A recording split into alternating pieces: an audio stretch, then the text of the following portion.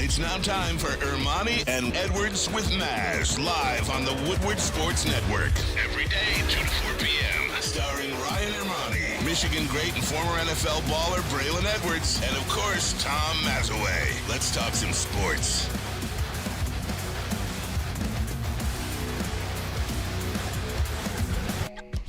Hey, let's go. Monday show, December 11th, 2023. Ermanni and Edwards with Maz. Woodward Sports Network, woodwardsports.com, fox2detroit.com if you're watching live, or the Fox local app. If you're watching on YouTube, hit that like button. We've just crossed over 57,000 subscribers on this platform. So tell a friend about Woodward Sports. Hit the subscribe button. Braylon Edwards, good afternoon to you, my friend. My friend, it is indeed a nice-ish afternoon, if you will. And I'm just happy to be back with you guys. Took a little time off and back locked and loaded and ready for this leg before the holiday season, if you will. No doubt about it. 2 weeks from today, Tom Mazaway, the Christmas holiday. Even though I know you like Halloween better. Yeah, Christmas I love. I'm off. I go home, see my family. You It's just love great. Festivus. Merry Christmas and Happy Festivus to all. Happy Hanukkah to those who celebrate. The Lion season is, upon us, I guess, and behind us, I think.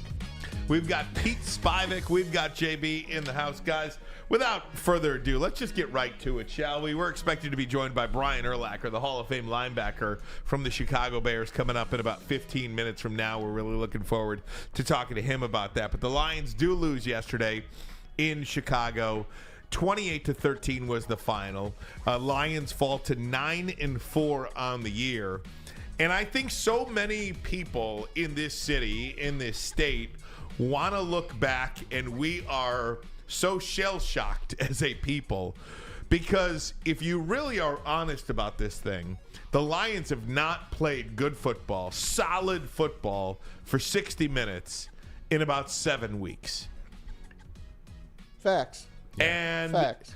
If you just look last week, 21-0 against the Saints in the first 6 minutes and 45 minutes of the game, Braylon. And then after that, they struggled to hang on.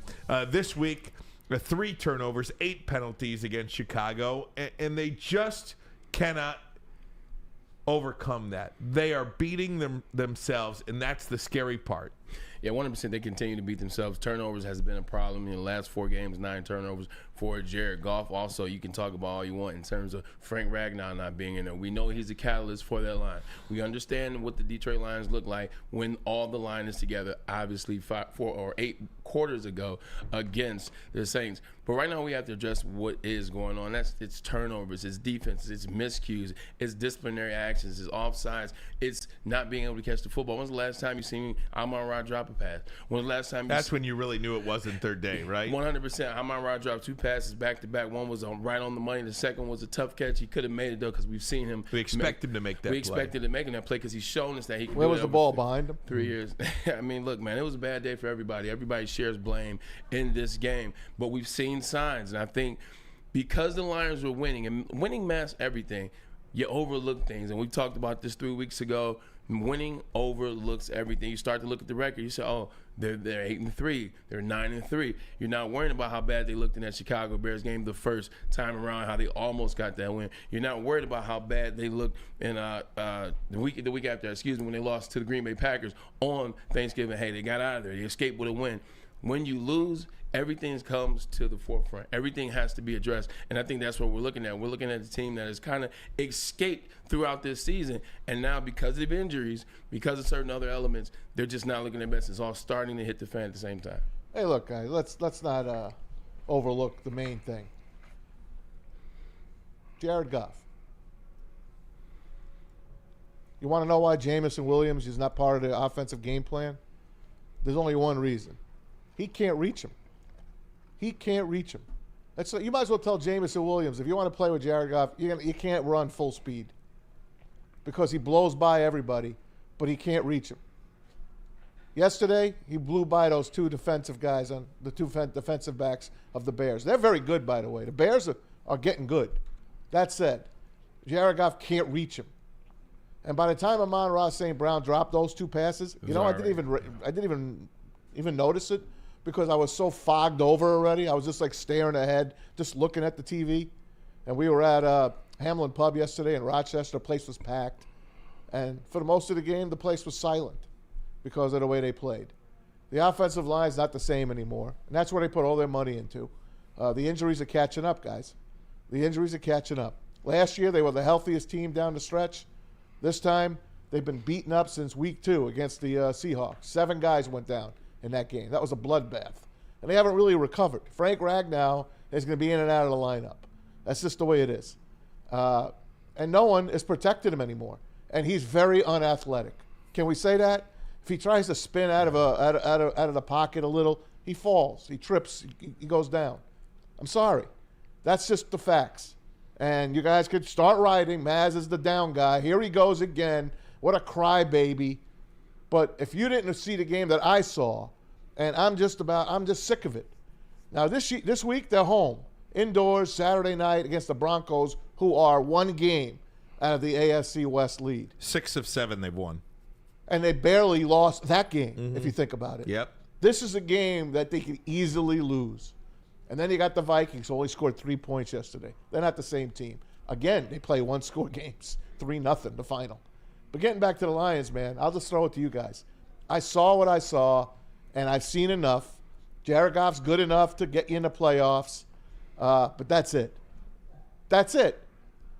As it relates to Jared Goff, I agree with you, but I got to also say on the other side, Maz, we always knew this was the case. Right, Ryan, am I making things up when I said we are all the same people, whether it's a fan, whether it's the analyst, that said this very statement. When Jared Goff has everything right, he looks amazing. When Jared Goff has the best offensive line in the NFL, when Frank Ragnow and Joe Jackson are healthy, he's best, or he's on top. He's playing his best football. He can get you where you want to be. When he has Amon-Ra, when he has these weapons, David Montgomery, Jahmyr Gibbs, and you have Ben Johnson calling an amazing play call against the defense, Jared Goff puts this team in situations to win games and get to the playoff and maybe even win a playoff game. But when things aren't what they're supposed to be, when there is no Frank Ragnow, when you have a rookie offensive lineman there who's making mistakes, and Graham Glasgow is the guy replacing Frank Ragnow, and he's out there struggling. He's struggling in every phase because he's not necessarily a center by trade. Then you start to get sacks. Then you start to get 3-and-outs. Then the defense starts to have to get put in worse and worse positions. That's where it stems from. We knew this going into it. Now it's time to face some hard facts. You know, so much of the conversation will be surrounded around Detroit's defense. And, of course, that 4th and 13 play where Aiden Hutchinson jumps off sides. Yeah. Why? I don't know. He's dropping back in coverage on that play. But it's a free play. They score a touchdown. So much will be made about the defense in this game. But to me, the defense is not why they lost that game. Nope. It is the offense, and it is Ben Johnson's offense, and it is Jared Goff's offense. Pete, if you could put up the second half possessions for me. This is what the Lions did in the second half yesterday of a 13-13 game. 3-and-out, 3-and-out, 3-and-out, fumble, downs, turnover on downs. It was the 4th and 1 play where they handed it off 18 yards back in the backfield. Terrible play call there. Then next possession was another turnover on downs where they had a penalty on the play in that series, a sack and 2 drops, and then an interception. That is why they lost that game. Look at those second half offensive possessions. It is ridiculous. And not only that, if you want to go back to the New Orleans Saints game when they took a 21-0 lead in the first 6 minutes and 45 minutes of that game. And by the way, it was a nice drive in that opening drive against New Orleans where they marched down the field, scored a touchdown. And then they got a pick and a short field, scored a touchdown. And then a 3-and-out. They got the ball at midfield and another touchdown. After that, it was punt, punt, punt, field goal, punt, field goal. 76 yards yesterday, guys. Touchdown, punt, end of game. And 76 yards yesterday in the second half by that prolific offense. You're talking about the last 20 possessions. The Lions have scored 3 touchdowns. They have punted 9 times. They have turned the ball over 5 times. 2 on downs, 2 on interceptions, and 1 fumble. In the last 20 possessions, they have turned the ball over 5 times. Can't happen. It's the offense. not the defense. Yeah, it's 100% the offense. It's not the defense. And I stand by that. And watching that game yesterday, I was watching the game with my girl's sister's son. He's 7 years old, or 8. I think little Kenny's 8. 8 years old. He's sitting there watching. He was like, "What are these play calls about? I don't understand." The Lions. He starts crying. Like he's one of those Maz. He's one of those guys cries about the Lions. I said, "Damn it, he's starting too early." He's starting too early, but he's sitting there, he's crying. He's sitting there like the one. Why won't they call better plays? Maz, he's 8 years old. That's awesome. He's 8 years old, and it goes to what you just said. He said, why won't they call better plays? He had to keep kicked out the room. He's smarter than half our chat. No, 100% he was. But, man, just going back to that offense, you can't operate like that. And, yes, we understand how much of it's a different offense. It is a Frank Ragnow, but you got to figure out ways around it. This is why people call you a genius. This is why people pay you to certain big bucks. This is why, Jared Goff, this is why people believe in you at times. This is why we said, hey, you know what? I've seen change out of Jared Goff. I've seen him protect the football. I've seen him make some throws here and there where you're like, okay, Jared, I understand. I see that. We can't keep going back and seeing the same things over and over and over again. Because if you see it enough consistently, you know what that is? It's a pattern. And if it's a pattern, what it is, it's the truth. It's who you really are. So it's going to be some interesting decisions talking about this offseason, but just this game in its entirety, you look back at the schedule and you start to look at the games, you're like, they beat a Bucs team that was, there was a pretty decent win. They beat a Panthers team who might have one win now. They beat Green Bay when Green Bay was struggling to figure it out. They caught the Raiders before Raiders got Antonio Pierce, and see maybe what that would have been. They beat Kansas City, who's not the same Kansas City, who had 19 drops just like everybody else. Patrick Mahomes has played this year with no Travis Kelce, no Chris Jones. You start to look back on the season. Look at that Seattle team. Look how good that Seattle team looks. Not. And this is a team that came in and beat you after you beat the Kansas City Chiefs. You start to look back this season, and you start to have some hard questions. And we're not trying to beat up on the Detroit Lions. When they were good, when they were rolling, we kept it real. They're not good. They're not rolling right now, so we have to what? Keep it real. You got to look back at the season and ask some real questions. And the other thing, it is guys missing. We understand this. Emmanuel Mosley was supposed to come here, and he's supposed to be on the other side of Cam Sutton and be a damn good addition to this team. CJ GJ was the best #1 graded player in this free agency pool. We got him. Frank Ragnow all season long. This team is beat up. Like, you look at the Eagles. Look at the Philadelphia Eagles. They don't look like the same team anymore because they are beat down. Obviously, they went all the way to the Super Bowl, but that team is beat down. They're tired. They're banged up. They're tired. That's what the Detroit Lions are right now. I just think they are beat up, beat down, and they're trying to limp into the playoffs. Look, they're 9-4 still, all right? Any Lion fan in his right mind would be happy with the 9-4. But they're 9-4 looking the other way. Yeah, 1980, going down, right. 1980, they were 4-0. They played another one, bites the dust. They didn't make the playoffs. This team is limping home. Yeah. That's all I'm saying. And they'll probably get there. They will. I think they will get there. I think the frustrating... Then they'll be shot. Yeah, well, I think the frustrating part of the whole thing is they can play better. Yeah. And these turnovers, it's not like they turn the ball over one time, okay? Like, maybe you can live with one turnover here and there. It's 3 turnovers against Chicago, 0 last week against New Orleans, and that's probably the difference in the game. It is. That they did not turn the ball over. The week before, it was 3 turnovers against Green Bay. The week before that, 4 turnovers versus Chicago. So that's 10 turnovers in the last 4 games. You just can't win football games like that. And anytime you're going to play against a good team and the next 4 games are against pretty good teams, teams fighting for playoff spots and fighting for position within the playoffs, you're just not going to win that way. And it is conceivable that they lose out if they continue to play like this. Okay. Who watched the Dallas game last night? I did. Okay. Do they have a kicker?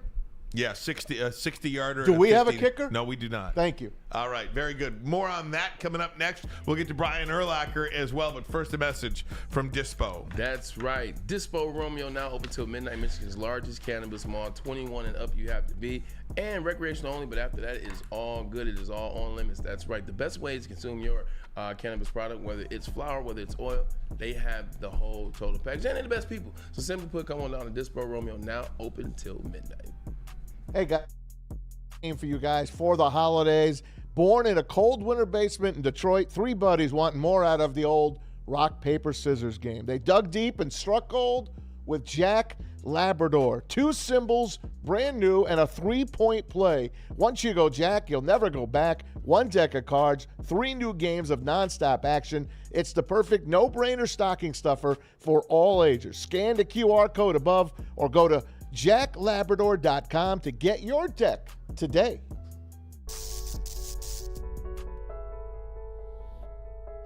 We've just received word. The world's cannabis supply has vanished. The public is outraged and has taken to the streets in response to this tragedy. The individual responsible acted alone, and we can only hope they will make things right soon.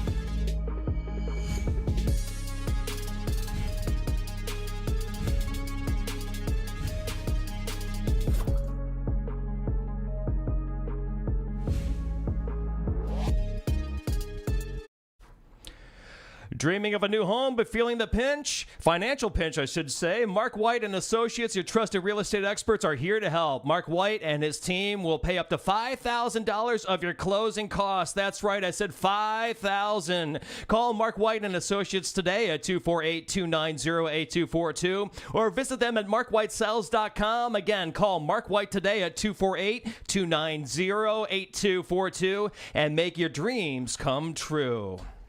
Hey, welcome back to Ermanni and Edwards with Maz. I'm your boy B Easy, and welcoming in a special guest, a guy that I've played against, a guy that is a Hall of Famer. You know him, but let me read off a couple of the stats just to give you an indication of how good he was.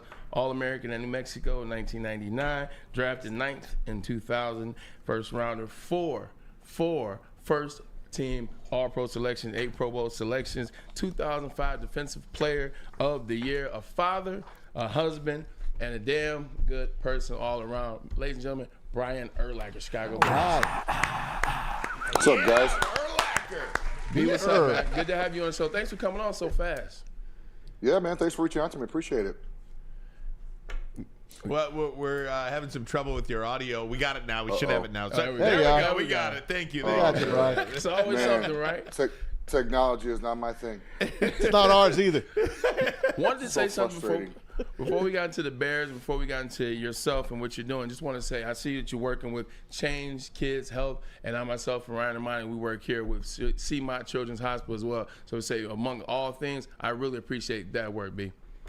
Love the kids, man. Heck yeah, try to do everything we can to try to get on board with them. So funny last thing, and we'll get into the Bears, is I see your bust right there, and I had a picture too, and I saw the bust, and I was looking at the bust, and then I was looking at the guy in that wonderful jacket, fit so nice. He didn't have the same hair as the guy on the bust. In fact, he had hair. What happened, B? Yep. Bro, I got a procedure done. Oh, geez, how long has it been? Like 7, 8 years ago, Braylon. I got a little hair, joined a hair company, and my hair, well, I always had hair, just not in the right spots, and I got it put in the spots where I didn't have hair. So, yeah, I got that done. I spent like 8 years now. But yeah, I wanted to bust bald. You know, I played my whole career bald. So I had an option, bald bust or hair bust. I had to go with bald. That's the way I played. That's the guy I know is the guy on that bus, and he was a hell of a player. Looking right here, definitely about to knock my block off as Peanut Tillman is about to punch the ball out. Oh, man, you guys are definitely something. But that's how that defense looked yesterday against the Detroit Lions. I guess, Ryan, we can jump right into that. Yeah. Hey, Brian, how close do you still follow the Bears, number one? And we're here in Detroit waking up on a morning where, we're not used to being 9-4 a lot over here. We don't know how to react over here, but nonetheless, everybody in Detroit ready to jump off the ledge here after yesterday's loss in Chicago. What did you make of that game yesterday, and what do you make of the Lions in the year that they're having? Yeah, it's funny. You guys are 9-4, and you're talking about how bad the season's going, right? It's, it's kind of the opposite of what it usually is, but not. I mean, Dan Campbell's done a great job with that team, and I haven't watched the Bears play much this year. I haven't watched them a bunch since I left. They got rid of everyone who I was associated with in the organization since I left. So I don't really follow them that much anymore. But I know the Lions are going in the right direction. I know I did see the game 3 weeks ago. I thought the Bears should have beat them then too. The Lions made a nice comeback there to beat them, but I don't know. I mean, it's like I heard y'all talking earlier. It's tough. It's late in the season. You got guys hurt. You got guys beat up. You're relying on guys you probably didn't think you'd be relying on when the season started. And I think these teams, whoever's the most healthiest at the end of the season, usually prevails late in the season, and they get in the playoffs and makes them hay in the playoffs. Yeah, 100%. You know, we're watching Montez Sweat over the last 4 weeks or since his acquisition, man. You know, he's kind of what's changed, in my opinion, that Chicago defense. They're a much different defense than earlier in the year. And the last 2 times he's played the Lions, he's really had a good game. Talk about that effect that he's had on this defense and the way they're looking a little better now. They can rush 4 and get pressure. You know, that's a big deal. I think you know it's better than anyone, Braylon. You can rush 4 guys on half the blitz. It helps your secondary out. Tremaine Edmonds has been a great acquisition for them as well. He's done a good job at linebacker. Jalen Johnson's had a great year at corner. You know, the few games I have watched, he makes plays every single game. You know, guy always shows up, makes plays, and their offense is not turning the ball over as much as they were earlier in the season or even late in the season last year. So they're good. DJ Moore is a bad dude. He's a bad dude. I didn't like them trading the #1 picks. There's a couple of guys I thought they should have taken, but when they got DJ Moore, he's a different dude. The guys who guard him look like high school players compared to him. He's a big dude, strong, physical. He just makes plays. Brian, how much of games in the NFL do you think are due to matchups? I mean, if you watch that game yesterday, you almost look like the Bears were the team that is the division leaders heading to the playoffs, and the Lions are the 4-win team that's just trying to get to the end there. How does that happen, I think? How do you watch a game like that? How does that happen? I wish I could answer that for you. I have no idea because it happens every week in the NFL. I feel like you know, some teams just play better, and I think it has a lot to do with being on the home or at home and on the road as well. I think that does factor in quite a bit. But I mean, like I said, injuries have a lot to do with situations late in the season. Some teams get hot at the right time. They figure out late in the season it may be too late to get to the playoffs, but they start playing better and trying to build for next year. But yeah, the Bears the last couple of weeks, I know they lost to the Lions a couple of weeks ago. They looked pretty good the last few weeks. They beat Minnesota at Minnesota. Their defense has made some huge strides the last few weeks, and they're playing better and better, and which in hand is going to help their offense, obviously, not put as much pressure on them. Hey, Brian, what's your take on today's NFL compared to when you played? I mean, the rules have changed, I don't think for the better. What's your take on the NFL today? It's not the same. You know, Big Buck has passed away about a month and a half, 2 months ago, and he would not be happy with this. He's not happy with the state of the NFL either. You know, the world's a softer place without him in it, and the NFL is just different. It's a lot softer than it was when I played. I get the rules. You got to protect the players. I guess more importantly, the quarterbacks, according to the NFL, they're the most important guys on the field. So all the rules are swayed to make them, you know, successful, not get hurt. I get it. You know, that's where all the sponsors and everyone comes. They want to see points scored. So I understand it. I don't like it, but I understand it. You know, you yourself, 2005, actually the year that I came into the NFL, you were MVP of the league. Talk about the young talent on defense, and obviously there is a difference in physicality. There's a difference in things you're allowed to do. But talk about some guys that you see that could be, you know, the next defensive MVP or somebody that's there. Yeah, there's some dudes. There's so many great players in the NFL. Micah Parsons is probably my favorite player in the NFL right now. You know, beyond the athletic things he does on the field, he runs to the football. You don't get that a lot anymore. T.J. Watt, same way, runs to the football. Yeah. And you turn the TV on, and I have a son who's a senior in high school who plays football. And I'm like, watch this guy. I turn on Micah, and there's a screen last year that played the Bears. And he rushed the passer, made him throw it, then turns her down, sprints 30 yards down the field, and makes the play down the field. You know, just the effort is what you can't coach. Guys have it or they don't. And he's a guy that has it. But he's probably my favorite guy to watch in NFL defensively. Like I said, T.J. Watt's a great one. Oh, man, I'm going blank right now. There's so many. Tremaine Edmonds, I mentioned him earlier, one of my favorite guys to watch. Aiden Hutchinson, man, we got one here. Yeah, Aiden's a good football player. I haven't seen him much the last 2 Bears games, but I know he's had a good career up to this point. He got one sack. Hey, talk to me, Brian. Talk to me. How difficult is it for a player like Aiden Hutchinson? You have so many expectations coming in to your career, and you know, if you look at the statistics, they're good, but I think when you watch the film, it's just like, you know, he's just absent so many times. We want so much so fast for a younger player. How difficult is it? It's hard to impact every single play in a game as a defensive player. You know, the D linemen, I know rushing the passer makes you tired as hell. You know, the few times I did rush the passer from whether it was blitzing or coming off the edge or whatever they may have designed for me, it's tiring. And to see those guys do it, and he doesn't take a lot of plays off, by the way. They don't substitute in and out for him a lot. They shouldn't. He's young. he can handle it. But he's a beast, man. The kid makes so many plays. I know the expectations are so high because it's warranted because he's made so many big plays early in his career, and he does it consistently.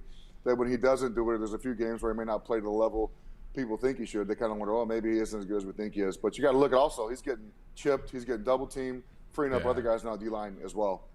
Brian, how difficult is it? You know, I think when you played, like, just some of the quarterbacks off the top of my head, Rex Grossman, Kyle Orton, I mean, guys that come under fire from the fan base, from talk show hosts when they don't play well. What is that like to be, you know, a teammate of a quarterback that's taking a lot of heat? And I think Jared Goff right now in Detroit taking a lot of heat despite the 9-4 record. That's part of the business, you know. And I think the quarterbacks are used to that, you know, especially Goff. He's been around for a while. He understands it. But, you know, as a defensive player, when the media asks about our quarterbacks, I'll always just refer to us on defense. We got to play better. We need to make more plays. We need to get them the ball in the red zone, get more takeaways, give them better opportunities to score points. That's what I always do when they ask me, because it's hard to play quarterback in the NFL. You know, things change so much. Like I said, health has a lot to do with it. Guys up front running the football, whether you do or you don't. But I would always just defer it to our defense and try and put the pressure on us, and we need to make more plays to make it easier for them to score points. Brian, I don't know if you caught yesterday's Chiefs-Bills ending, but it was a guy lined up offsides, and Kadarius Toney, who wound up getting a phenomenal play from Travis Kelce, and how upset Andy Reid was and Patrick Mahomes when, in fact, he did line up offsides. What's your take on that type of a call? So Andy and Patrick Mahomes are two of the nicest guys you're going to meet in the NFL. You look at, was it 2 weeks ago versus Green Bay? Correct. They got no pass interference. They blew that call. That was a flat-out pass interference. I hate seeing that called on defensive guys, but that was pass interference. They let that one go. And what Patrick said after the game, you know, I liked it. They let guys play in that situation. It may have been a little early, but they let him play, right? So he's always saying the right things. Yes, it must have been he was pretty pissed off yesterday after the game to say what he said. I'm in line with him. These refs have too much control. Whether it's a penalty or not, the refs have too much damn control of every game. They're the only people that can really sway the outcome of a game. The players can't do it because we're playing to win every single game. People always say, well, the players, you know, they're throwing games. No, we're not. We're trying to win every single game. That's in our DNA. And Braylon, you can speak to this as well. But we don't try and lose games. We want to win every game we play, no matter what the situation of our team is. And the biggest impactors of games are the refs. The refs. Those are the biggest reasons games are swayed this way or that way, because of the damn refs and how many calls they miss. Or the NFL puts an emphasis on, oh, you know what, we're going to call illegal contact this year more often. Why not just call it when you see it instead of putting an emphasis on it? If you see it, call it. If you don't worry about it. There you go. Hey, last one for me, Brian. Simple as that. Is it San Francisco's Super Bowl to lose this year? Dallas Cowboys. I'm a Cowboys fan. I grew up in New Mexico watching the Cowboys. I understand that Dallas went out to San Fran and got their asses whooped in week whatever it was, 42-7. But yeah, it was early.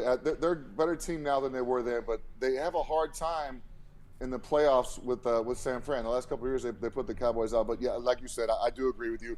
I'm just being dumb because I like the Cowboys. Oh, but, yeah, they're good too, man. They're good. I know they had the lull there in the season 3 in a row they lost, but they're healthy again. They got all their dudes back, and they're a good football team. Hey, if the Cowboys get the home game, they could win it. Different story. They got a tough schedule to finish. I think they go to Miami, should win that one. To Buffalo, should win that one. Home, Detroit at home, is that correct? Detroit, yeah. Look at you. And they finished with another good football team. I'm not sure who it is, but they got 4 games versus teams with 9 wins or more. So they got a tough road to end it up here. Well, he's a Bear great, but he's also a Dallas Cowboys fan. I love it. Really appreciate you coming on the show. Hey, man, shout out to you, too. You're a real dude, because at the end of the day, we just talked 2 days ago, and here you are on the show showing up for a fellow teammate in the NFL. So really appreciate y'all. you, B. Thanks, Brian. Hey, Take care, bro. See you Keep guys. scaring people with that snake, Zeke. The great Brian Urlacher, everybody. The great Brian Urlacher. Great stuff there. I want to thank him for coming on. Thanks, Great Bray. job. That was fantastic. What a real treat. That's all him, man. He reached out. It was a good conversation. I threw it out there. He said, I would love to, and he followed through literally Monday, the day after the game. So shout out to B. That's my kind of guy. He's a real one. All right, you're going to hear from Dan Campbell coming up next. Where does this team go from here? What are the Detroit Lions at this point? I want to ask that question to you guys. But first, a message from Planet Fitness. Yes, Planet Fitness is your home of the judgment-free zone where anyone, and I mean anyone, can feel comfortable and work on their fitness goals. At Planet Fitness, you'll experience a squeaky clean gym with tons of equipment, a full body workout in just 30 minutes, and all memberships include fitness training. You get all this just for $10 a month with no Only commitment. $10? Yes, $10. Remember, no matter where you are, there is always a Planet Fitness nearby with more than 50 in the Metro Detroit location and thousands more throughout the world. Visit your local Planet Fitness today or join or check them out online at planetfitness.com. At work and at home, we're there with smarter security solutions. Featuring complete automation with customized alerts and more. For over 90 years, we've been the company that's been counted on to protect what matters most, all with personalized service and care. Right now, for a limited time, receive a free video device plus free installation with a new home system. Guardian Alarm. We protect Michigan. Now, coming to Woodward Sports. Woodward and Main Street. The Woodward Sports Network Detroit Lions Show. Let's go! Catch Gabrielle D. Phillips, Matt Broder, and Terry Foster for all the latest news on your Detroit Lions every week. Only on the Woodward Sports Network YouTube channel and woodwardsports.com. Your home is your most important asset. Flexibility in the sales process is key. When you work with Mark White & Associates, you can cancel at any time, for any reason, without penalty. Speaking of flexibility, check this out. Who you work with matters. Hire the best broker in the game.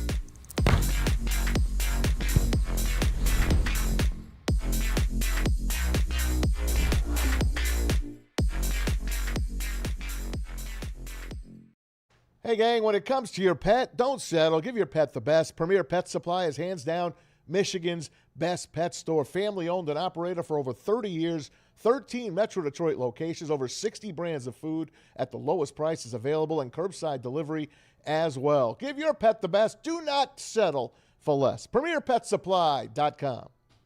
We've got a pretty resilient team here, and we'll bounce back, man. It was a loss, and it stings. Nobody feels worse about it than those guys do and the coaches. I mean, we all feel it. And this is hard. It's a hard pill to swallow, but the guys we got, it only motivates you to want to move on and get a win. That's what it does. Yeah, and they certainly need a win this week against the Broncos at home. Saturday Night Football in downtown Detroit against perhaps the hottest team in the National Football League. The Denver Broncos have won 6 of their last 7. They come in just one game out of first place in the AFC West. Braylon, this game is about the Detroit Lions, though. They have got to find who they are. Who are the Detroit Lions? What are the Detroit Lions? I think they've lost their identity a little bit here over the last 3 weeks of the season, maybe even more than that. I mentioned earlier, 10 turnovers in the last 4 games, 3 turnovers against Chicago, 0 last week against the Saints, but then 3 against Green Bay and 4 against Chicago the first time around. That just spells doom. They can't continue to do that and win football games. Now, you can't continue to do that. And you ask, who is this team? This team was a team early on that could take care of the football and run the football. Now they can't do either. And we understand that it's because of the offensive line and this and that, and here's another excuse for this and that. I understand what B. Urlacher said on there, and he's right. It gets late in the season. People get banged up. You get injured. The pressure is weathers. It's home bases. Like, man, you asked that question, or I think it was you, Ryan. That home base played a major part in the game yesterday. You got a team that's kind of, trying to figure out the Detroit Lions. You got another team that's feeling better about themselves in the Bear. They're at home. They're in their elements. They're on that nasty-ass grass that I hate to play in. You got it cold. It was a Chicago type of day, if I'm lying. So it played to them, no pun intended. But you're right. The Lions got to figure out a way. You got to figure out a way to take care of the football. Amon-Ra St. Brown has the best catching percentage over the last 3 years. He dropped 2 pivotal passes. And the only reason we're on him is because we know he can make that catch. We know he is a leader. We know he is a playmaker. And we know he's somebody to be trusted. That's what you're talking about. Guys fumbling, guys turning the ball over. This is something you got to correct. At the end of the day, we understand Graham Glasgow, that you're not necessarily the center, and you're moving over to help, and you got a rookie coming in at the right guard in Sorsdale. Does not matter. You are in the NFL now. Your job is assignment. It is lineup and assignment. What is my assignment on this play? Where am I supposed to be lined up on this play? Kadarius Toney could learn a thing or two about that. Assignment and lining up. So I think they got to get back to playing base football. They got to run the football. They got to know their assignments. I think once they get to knowing their assignments, they can get back to having some type of success. Because this is a team, as bad as the Lions want this game, the Broncos want this game as well. So it's going to be an interesting week. Hey, 3 plays, guys, that stick out to me. First, you're chasing Justin Fields inside his 5-yard line, near the goal line. 3-4 guys hit him. He gets away for a 25-yard gain. Another one is the offsides by the Lions, which really, I don't know if he was offsides. I thought he might have been drawn offsides, but they quit on the play. Easy touchdown for DJ Moore. And then they come back, and a bad snap from Glasgow to Goff with his small hands. Fumble, they lose that. They go in again. It's ball game. And now there's 2 other ones. The 4th downs that you go on all the time. And I remember at the beginning of the year, I said, hey, I'm on Dan Campbell's side. He wants to go on 4th down, go ahead. But you know what? When it's 10-0 and you're inside the 35-yard line of your opponent and you have no desire to try to kick a field goal, none, because you know your guy is probably going to miss it. So they keep going for it, and it blows up in your face. Teams are ready, man. Field goals. It could have been a 10-6 game. Instead, it was 10-0. Then they played a good 5 minutes in the second quarter because that's all they played, a good 5 minutes of the game yesterday. When they took control, and then they get the ball in the second half, and they blow the third quarter again. Matt, I don't know. Something you said real quick now, it just makes sense. Yeah. We talk of everything you said makes sense. So let me start there. You're absolutely right. But we were just talking about when you win, you overlook things. You don't think you need things. Last year, 8 out of the last 2 games, still didn't have a kicker last year. No. But you went for it on 4th down and you got it a bunch. Had the best rate in the NFL. So you said, hell, you know what? We don't need it again. You double down this year. And right out the gate, you're rolling again. You're not kicking it, you're going for it. The rate is going good. But now that it's affecting you, because now that everything isn't perfect, now that you need these field goals where you got to play, smart football. Correct. You don't have a kicker to do it because you overlooked it when you were winning. Correct. This is the problem sometimes with winning is you start overlooking the things that you aren't doing well. This is a big thing. This is called people that are just learning how to win. You start overlooking. Teams like Andy Reid and them and guys like that, and don't get me wrong, they lost, but they always look at the film. Never too high. You're never too low. You always look at the film and try to figure out how you can get better. Going for 4th down's great if you got the real offensive line out there, not a patchwork offensive line. You're losing 4 yards on 4th and 1? That can't happen. Well, that was a terrible play call, too. It can't happen. And you know, for as much as we rip Aaron Glenn in this town, I think that Ben Johnson, you really do need to look at some of the decisions that he's making, too, and some of these play calls, because they were running the football yesterday, and then they got away from it. They were having some success on the ground, and then they got away from it. Yeah. And then on a 4th and 1 play, which really, to me, completely turned the game around, you're handing it on a counter 4-5 yards deep in the backfield? Nope. Like, that's just not smart football, and I think that's one of the biggest problems I have is forget about talent, forget about everything. The Lions played smart football. They didn't beat themselves. And when you have 8 penalties to go along with these 3 turnovers, and forget about the turnovers for a second, the 8 penalties and what that does to a drive. You want to talk 3 and out, 3 and out, 3 and out. What else was it? 3 and out, 3 and out, 3 and out.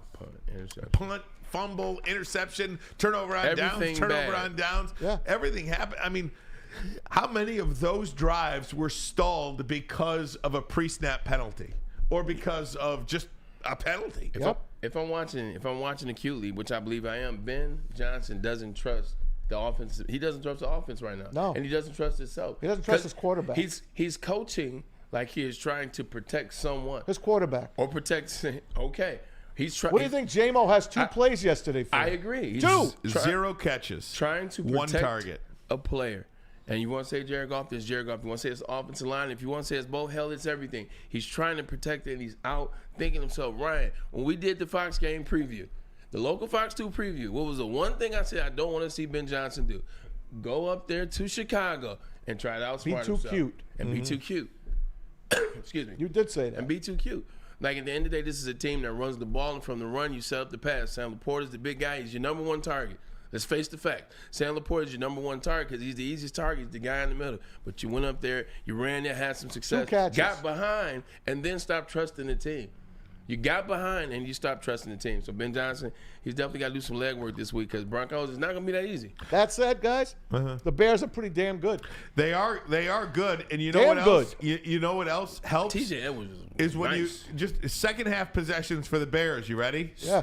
They started at their own 28, got a field goal. Started at midfield, had to punt. Got the ball to 50 again.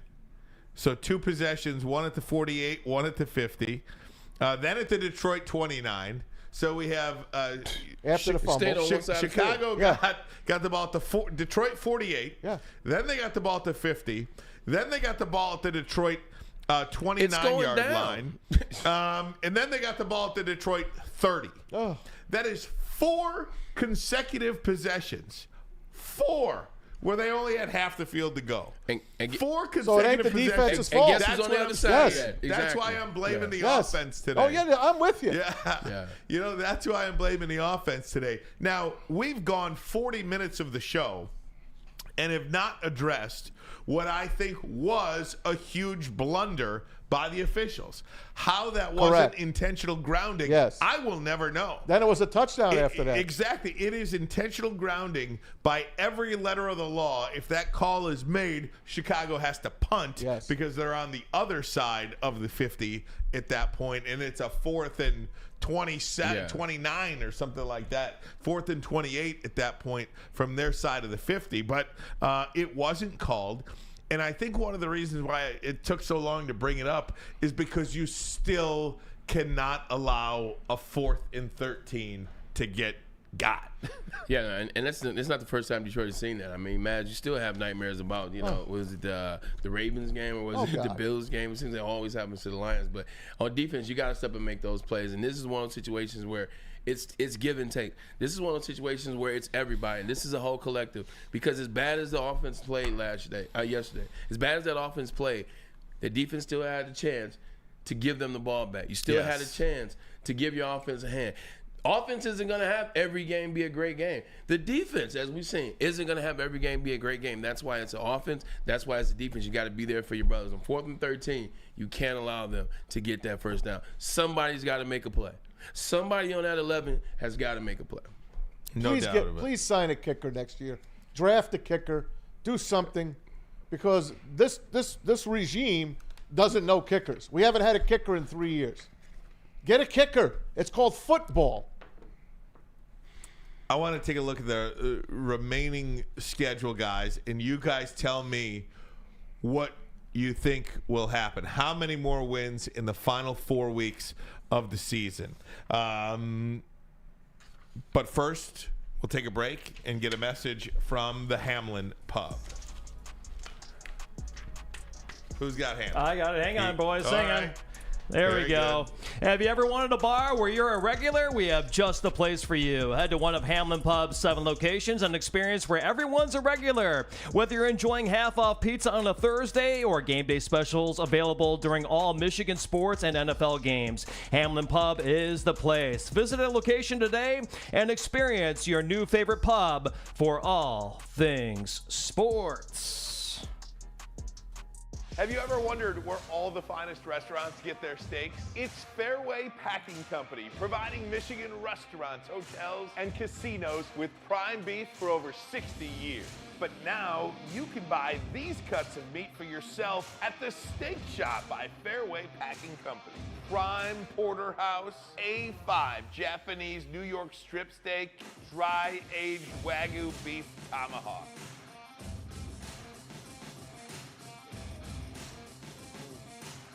Delicious. Get to the Steak Shop today. Enjoy fine wine, have a private party, and get the finest cuts of meat anywhere.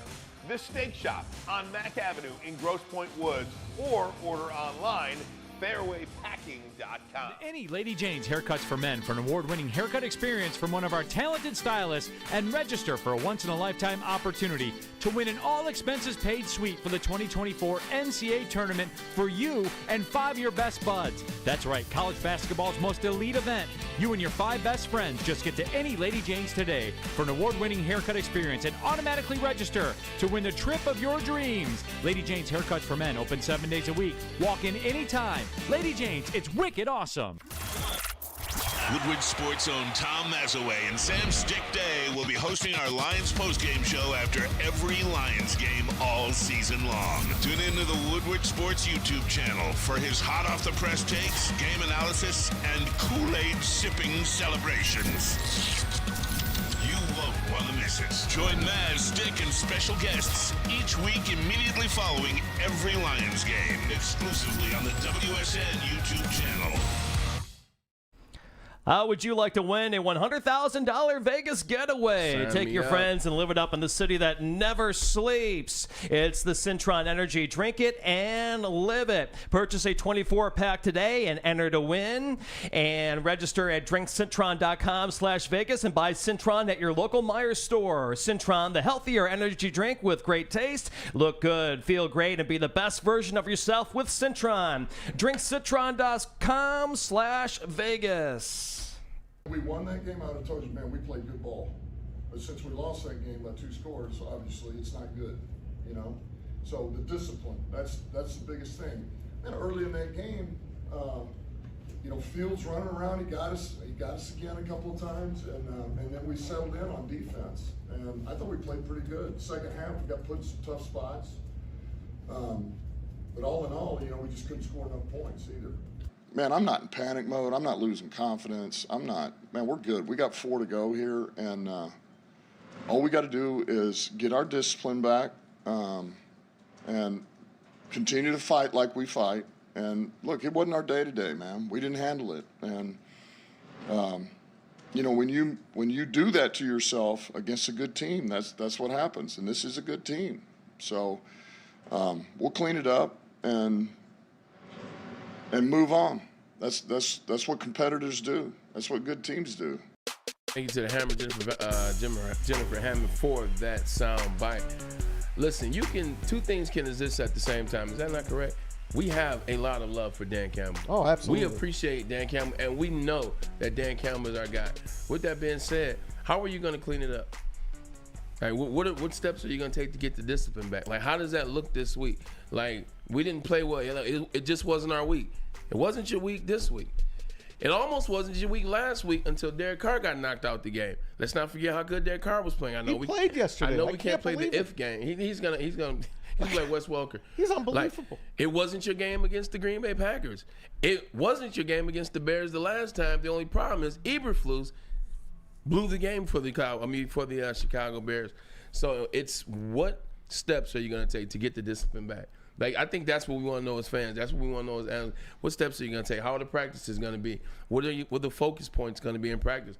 What type of onus is going to be put on the players? Because I've sat in those meetings when things aren't going right, and coaches had to make tough decisions, like call players out. Like, hey, look, you're not getting it done right now. Like, this isn't good football. This isn't winning football. This isn't what it takes to start in the NFL. This isn't what it takes to win playoff games. This isn't what it takes to win Super Bowls. Like, who's going to have those conversations? Because at 9-4, yes, you are exactly still where you want to be almost. But who's going to have those tough conversations? Because the teams that win, the teams that make it out the first round, the teams that make it on to better pastures of joy, they have tough conversations. And you call players out. You call people out. Hell, if you're the head coach, you can call offensive coordinators out. I remember being in Cleveland. Romeo Crennel would never go against his coordinators. Never go against the defensive coordinator. And I understand, they're friends, you hire, you don't want to belittle anyone. But if your coordinator isn't getting it done, that's why you're the head coach and they're the coordinator. 4 games to go for this Detroit Lions team. Denver, at Minnesota, at Dallas, and then home for Minnesota again. As it stands right now, and you can and do reserve the right to change your mind about this thing, over the next week, how many wins for the Detroit Lions, and which are they? I can go first. It depends. If they lose this week, if they lose to the Broncos, I can even say 1. Like if they lose to the Broncos, that haunts them against the Minnesota Vikings, and then the Dallas Cowboys, in my estimation, are 1A or 1B right now in the NFL, totally. So if they lose to the Broncos, I give them 1 win against the Vikings at the end of the season. If they beat the Broncos, I think they'll win 3. I think they'll beat the Broncos, and I think they double up on the Vikings. Remember last week I said just win the division games? Yeah. And go 3-2. 0 for 1. 0 for 1. They will go. They're going to win 1 more game. That's it. They're going to beat the Vikings once. At home. So they're going to win the last game of the year. So you agree with what I said? They lose to the Broncos, it costs them the next one. Yep. All right. They ain't going to beat Dallas. No. There's no way that this team right now, they'll lose by 21. Maybe 21. Even more. If they play like this and they have the same injuries, and we're supposed to get CJ back for that game, right? Supposed to get James Houston back for that game, right? Let's see. If those guys come back, then maybe they could play ball with them. Other than that, they're going to finish the year at 3-3 against the freaking NFC North. And we all thought they'd lose 1 game at most. Maybe. We had them undefeated, half of us. If that happens, guys, I mean, if they would lose the division. Packers. Then, because the Packers, I mean, are the Packers going to win 8 in a row to end the season? I don't think so. It might be the Vikings, Ryan. It might be a flex game the last game of the year. Yeah. You might be playing for the division the last game of the year. Based on what Minnesota did yesterday, I'm going to say 2-2. Okay. I think they lose to Denver, lose to Dallas, and win both games against the Vikings, and you get to 11-6, which is what many people thought they'd be this year anyway. I said 12, but I think they get to 11. How many wins do they have right now? 9. What was the over-under in Vegas? 9.5. What do I always tell you? 9 or 10. There you go. Take your choice. That's it. 9 or 10. Oh, my gosh. Take your choice. It hurts so bad. And they're 1 and done in the playoffs. It hurts so bad. Guys, let's take a look and see how we did this week. I think we're giving Braylon a 4-3 record. I did. I already fixed it. Okay, you fixed it. Gave Braylon a 4-3 Although record. JB picked for you, and he went 2-5. No, that doesn't count. I allowed you to go 4-3. I had some It good was ones. a terrible you week suck. in the NFL. Let me first specify that. You stink, JB. So It Maz was a went terrible 4. week. Maz went 4-3. I went 4-3, and Braylon went 4-3. Hold on. If going by the rhetoric that I had last week, I would have ended up 4-3 or 5-2. That's a fact.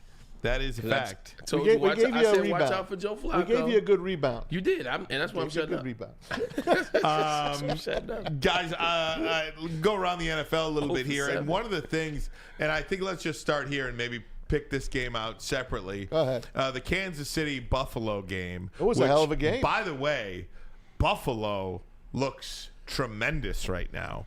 Kansas City, not so much. Was that game more about Buffalo, or was that game more about Kansas City in your estimation? I think it was about Kansas City. Go ahead, Bray. It's about Kansas City, and this thing has been haunting. This has been haunting Patrick Mahomes this whole season. The negligence of the front office as it relates to giving him weapons that you can use. Kadarius Toney, at what point are we going to realize Kadarius Toney has cost him 3 games this year? Yep. Cost him the Lions game for sure. 100%. 3 games this year. He did. Kadarius Toney has cost Patrick Mahomes. Like 3 games this year. Like when are we gonna you? He was the number 1 draft pick of the Giants. And by the way. Giants got rid of him Yes. after 23 games. Correct. That is a red flag. Like when somebody gets rid of a number 1 draft pick, 23 games. No, we're good. We don't need this guy. Or you know what? One man's trash can be another man's treasure. Well, not this time. Not this time. So I just think that was more so about KC, and that's related to Patrick Mahomes and going off and all the other stuff. Look, Kadarius Toney didn't line up. The first thing they teach you in the league is they teach you, hey, line up, make sure you're good. pointing to the officials. Assignment But and he didn't. alignment. Why didn't he? And was staring at it the whole time. But wait a minute, Bray. Go back to last year's Washington Giants game. Oh, 100%. Same thing. Except that guy, I think it was Curtis Samuel. It's Curtis Samuel. He looked at the ref and said, good, and ref said, Jahan Dotson. It was Jahan Dotson. So he looked at the ref, Ray. He was right next to him. And he said, okay. And then the second the ball was snapped, that guy threw a flag. And it cost him a touchdown, cost him the game, and knocked me out of the survivor pool. Oh, my God. That's why I know so much about that game. I remember that. Yes. You got MBS, like just running the wrong routes. Just everybody is letting him down. And so at the end, the throwing the helmet and all that and the outrage and this, hey, look, he's had a tough season. He's tried to be great sport about it. He hasn't thrown his players under the bus. You know what that frustration is? That's because he's too nice. Because if Tom Brady was Patrick Mahomes, he wouldn't let that SHIT go anywhere. Right, he would have called them out game one against the Detroit Lions. You either catch the ball or you won't be here. But he's such a nice guy. He takes up for MVS. I could throw the ball a little on the inside, maybe make it easy to catch for him. Kadarius, I ain't heard them say one thing about Kadarius Toney all year. No. He's got 36 drops. Most teams don't have 36 drops in 2 seasons. Right.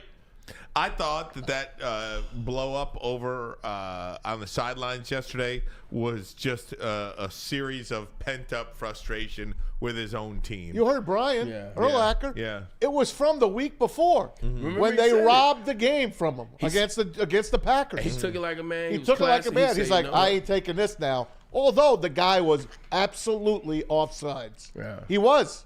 The referee couldn't see the football. That's how offsides he was. That's all I got to say. Yeah.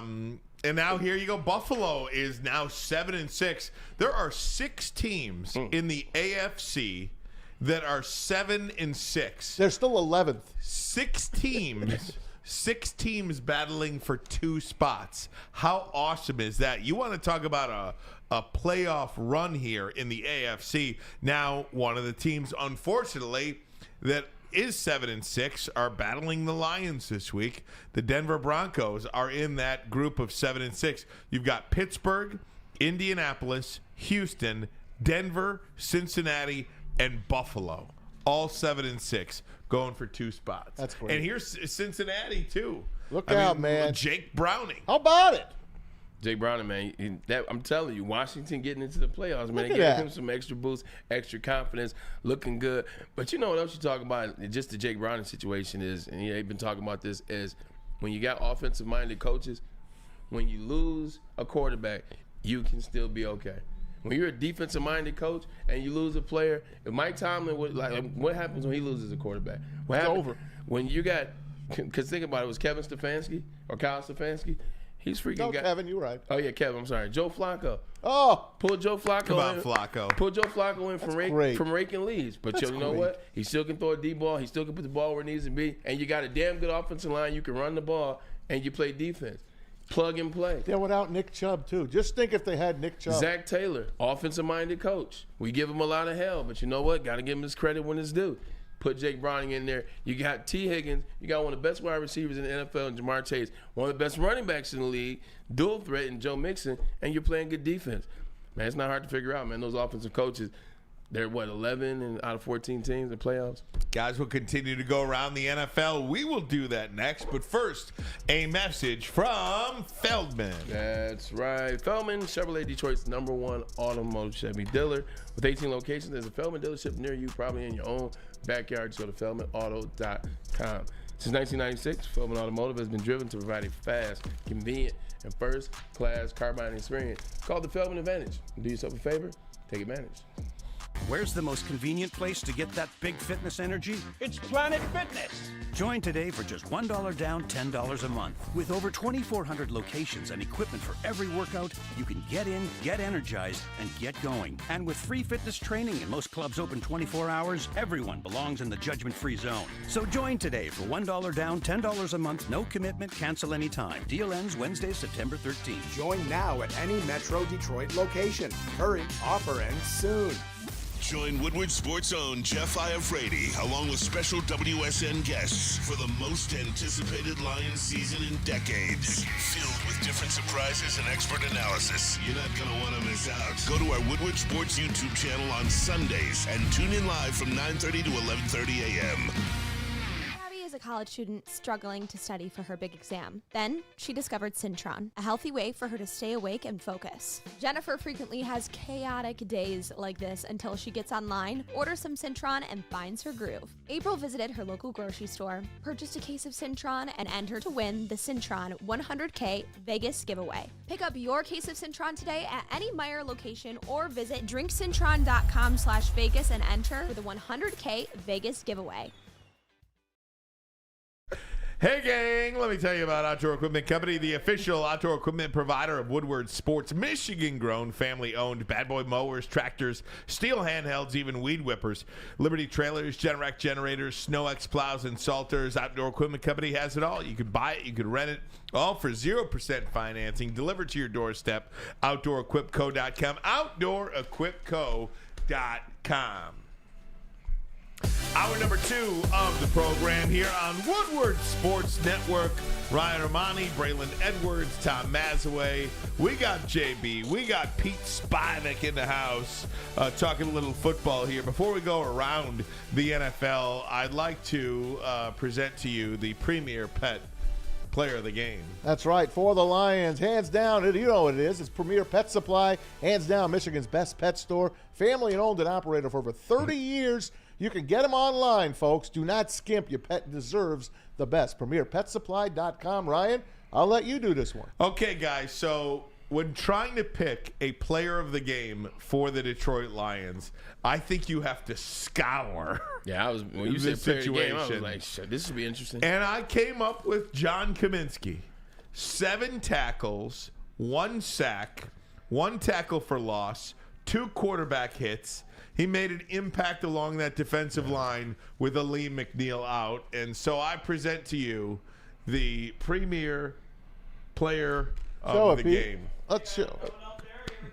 Oh, that's great. There we go. Oh, that's really great. The premier player of the game, John Kaminsky, presented by Premier Pet Supply. Congratulations, John. The defense made some plays in the second half, like Dan Campbell said. He said they kind of slowed things down to a certain extent. So he's definitely part of the reason why they did that. And I like that one. Let's go. Very good.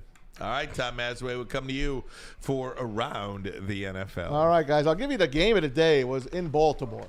In the rain. In the mud. Baltimore 37, the Rams 31. It went to overtime. These teams went back and forth. Back and forth. What's frozen? We're good now. Oh, okay. Oh, God, Pete. Pete. Pete. Let it snow. Please, Pete. Let it go. Please, talk to yourself. Please. I don't know if you're talking to me, them. Please talk to yourself. I beg you. Shut your door. Talk to yourself. Please, I can't concentrate. When I hear we're frozen, I think we're off the air. He's talking about passes. Can we put the scores up, please? All right, we'll try again. How about on the back? Okay. All right, go ahead, man. All right. Hats off to Matthew Stafford and Lamar Jackson. That was the game of the week. I can't wait to see this on NFL Network. It's got to be the game tomorrow to put on, really. They'll probably put the Chiefs game on. It was a great game, but Matthew Stafford will always Matthew Stafford. He just got bailed out by Marlon Humphrey dropping that wide open pick. I didn't see the whole game. Oh man, it was the last possession when he got the field goal. He dropped the interception, Marlon Humphrey. But it was back and forth. Puka Nacua he's something. He's a hell of a talent. Kieran Williams is a hell of a talent as well. At running back, we got a chance to see him first up close in person. There were like 6 lead changes in yes, that game. It was they great. just kept going. It's back and forth and back and forth. But let me ask you a quick question about that one. And they win it on a punt return. First picking out overtime. Yep. Do you trust Baltimore's offense to win? Isn't it something about Baltimore? Thank you. They're missing Mark Andrews, man. This is but even with Mark Andrews, like they would have a temper. Like it's something about Lamar in these big games, or it's something about this time of the year. Like their defense is stacked. What's his record against the NFC? Man, he still was 16-1. Yeah, isn't he something? He don't lose to the NFC. Yeah, 16-17. If they get to the Super Bowl, it's over, right? Can I make a bold prediction? Yeah.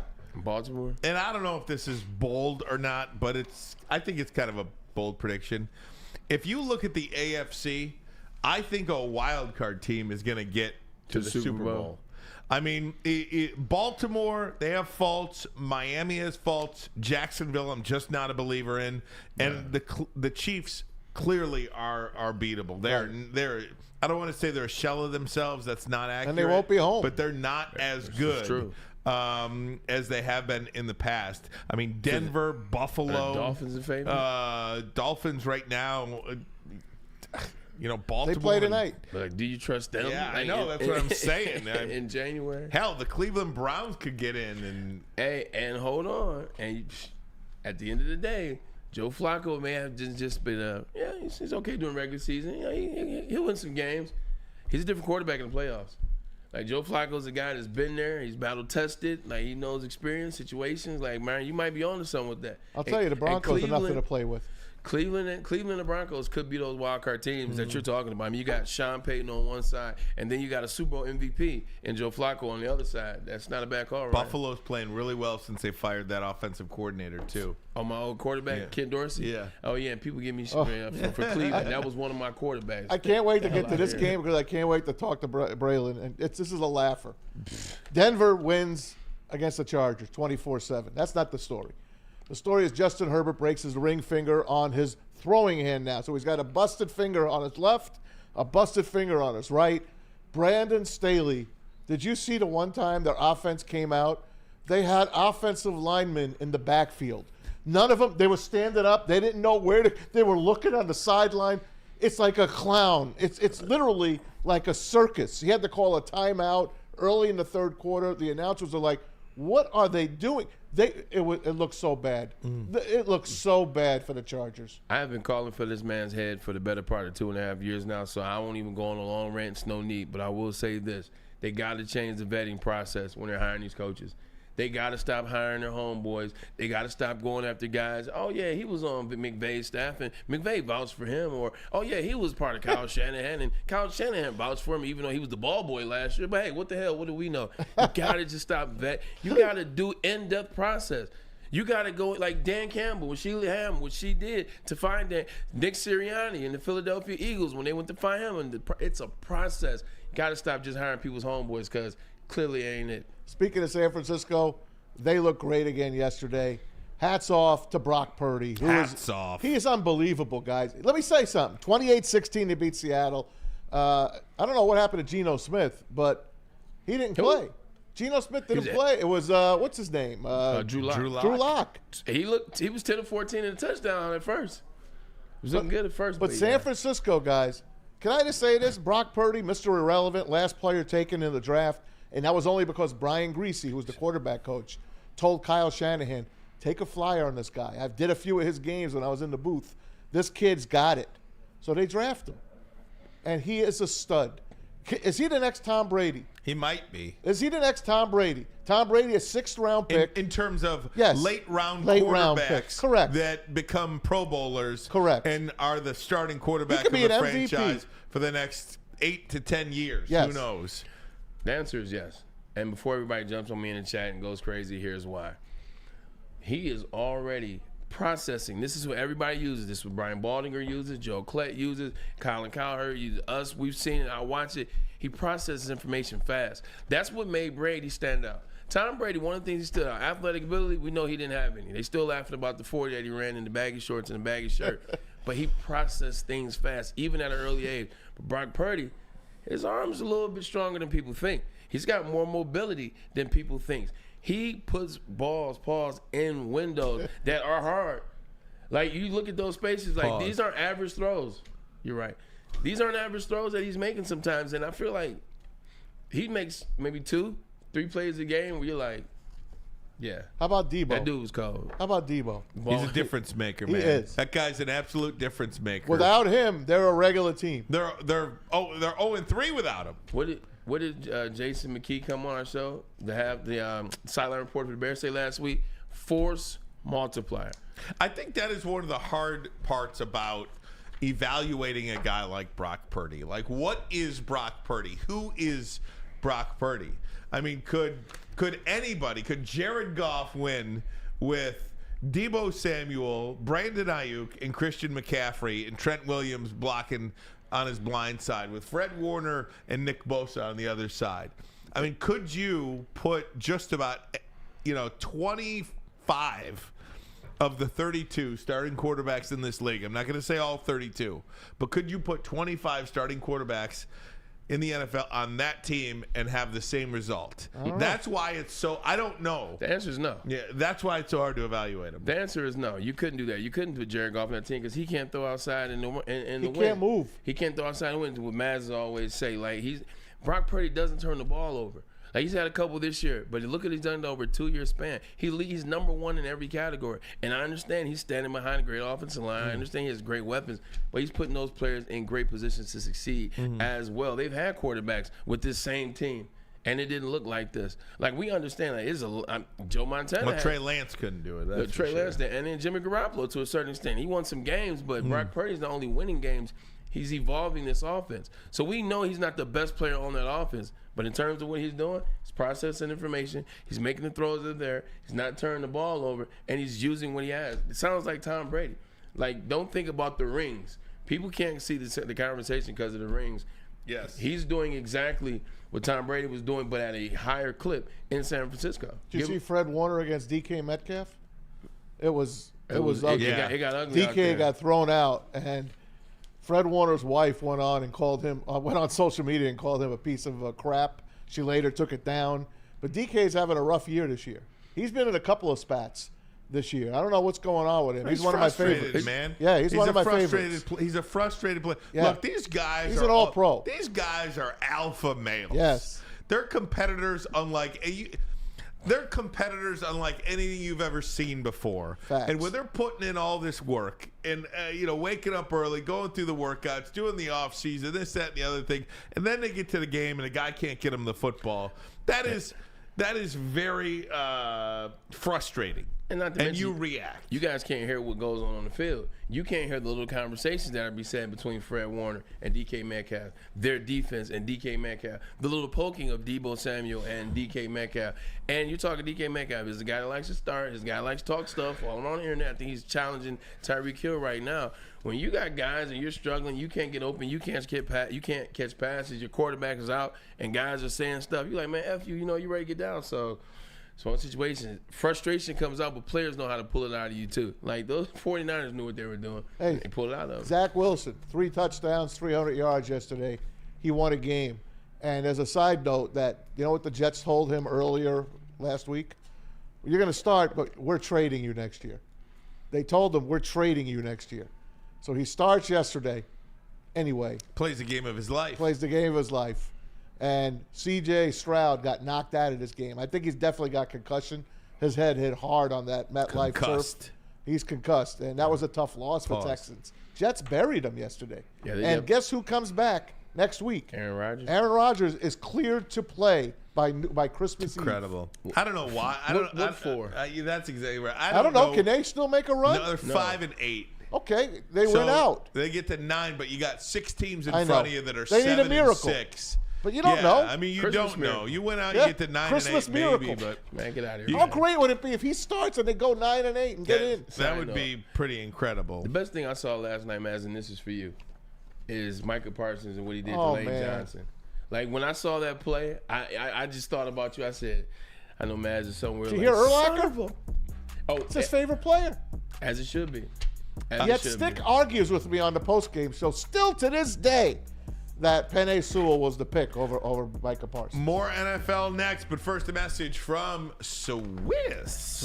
Yes. Do you have football on the brain like us? Of course you do. It's already been an amazing fall with college and professional football, but fall is also a perfect time to shop your home and auto insurance. Shop it like a pro with the pros at Swiss Insurance. They cover us here at WSN, and they should be covering you as well. Ask for Mark at Swiss Insurance today at SwissINS.com, or as always, give them a call at 248-800-4177. Swiss Insurance.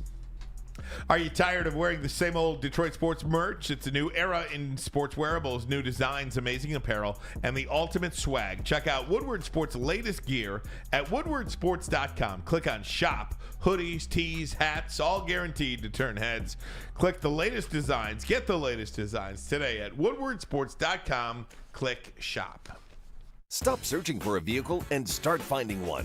Les Stanford Chevrolet Cadillac makes it easy. We harness the power of multiple dealerships and own the biggest selection of GM brands in the area to get you the car you need. With the Les Stanford Group, you'll have access to 4 different dealerships, providing you with more makes, more models, and more choices. We're connected to more than 1,000 vehicles. And with so many high-quality CPO vehicles available, you'll find new car quality at pre-owned prices. You can start and end your search at lesstanford.com today. Savor the heart of home at Big Boy with our all-new Down Home Comfort dishes. Feast on home-style goodness with our Southern Comfort Chicken Bowl, veal parmigiana, and apple pie hotcakes. The Down Home delight doesn't stop there. Potato pancakes are back. Dive into the richness of our perfectly crafted potatoes with our classic potato pancakes and our stuffed potato pancakes. Top off your meal with our new gingerbread shake, a seamless blend of creamy vanilla and sweet gingerbread flavors. Nothing beats the comforting taste of Down Home cooking. Enjoy every bite, only at Big Boy.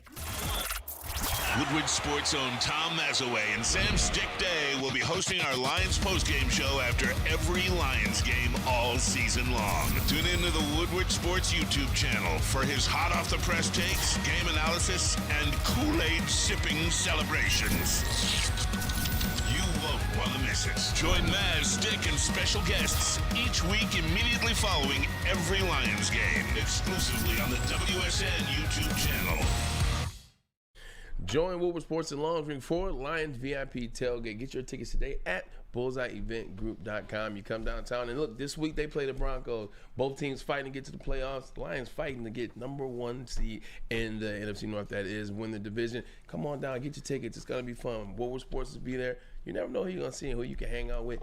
Eastern Market, Shed 5, and you hear Maz over there? He will be there as well. Sir. Oh, Saturday night in Detroit? Are you kidding me? Join the pregame show. It's going to be fun, man. Come on down, Eastern Market, Shed 5, 8:15 p.m. The tailgate is over. Crazy, the Lions might not have any more Sunday. Oh, the flexes? 1 o'clock. You know, they've got flex this week. Yeah. Then they play they might get flexed. You know, the Sunday Viking that first game. Viking game on it's Christmas Eve. Can't get flexed. They're already pretty set. At Minnesota. Correct. At Minnesota. And remember last year on Christmas Eve, it wasn't good. Don't remember. Carolina Panthers. Oh, yeah. Yeah. That's why you don't remember. Yeah. That game still sticks in my craw. Jaden Dan. Hey, I got a couple more scores for you you guys. Speaking of Minnesota, how about the Raiders and the Vikings? They went 58 minutes without a score. It's incredible. Final 3-0. Minnesota on a Greg Joseph, I think, 42-yard field goal with about 2 minutes to go. The Vegas Raiders, I didn't hear Devontae Adams' name once. I know he got like 50-some-odd yards yesterday, but what the hell? Are the Vikings defense, is the Vikings defense that good? Actually, remember back-to-back games for the Vikings? They lose a 12-10 game to the Chiefs, and now they win 3-0. And Josh Dobbs was replaced yesterday. Go ahead, man. I was going to say, I've never seen anything like that. I couldn't tell you the last time a game was 3-0 like this.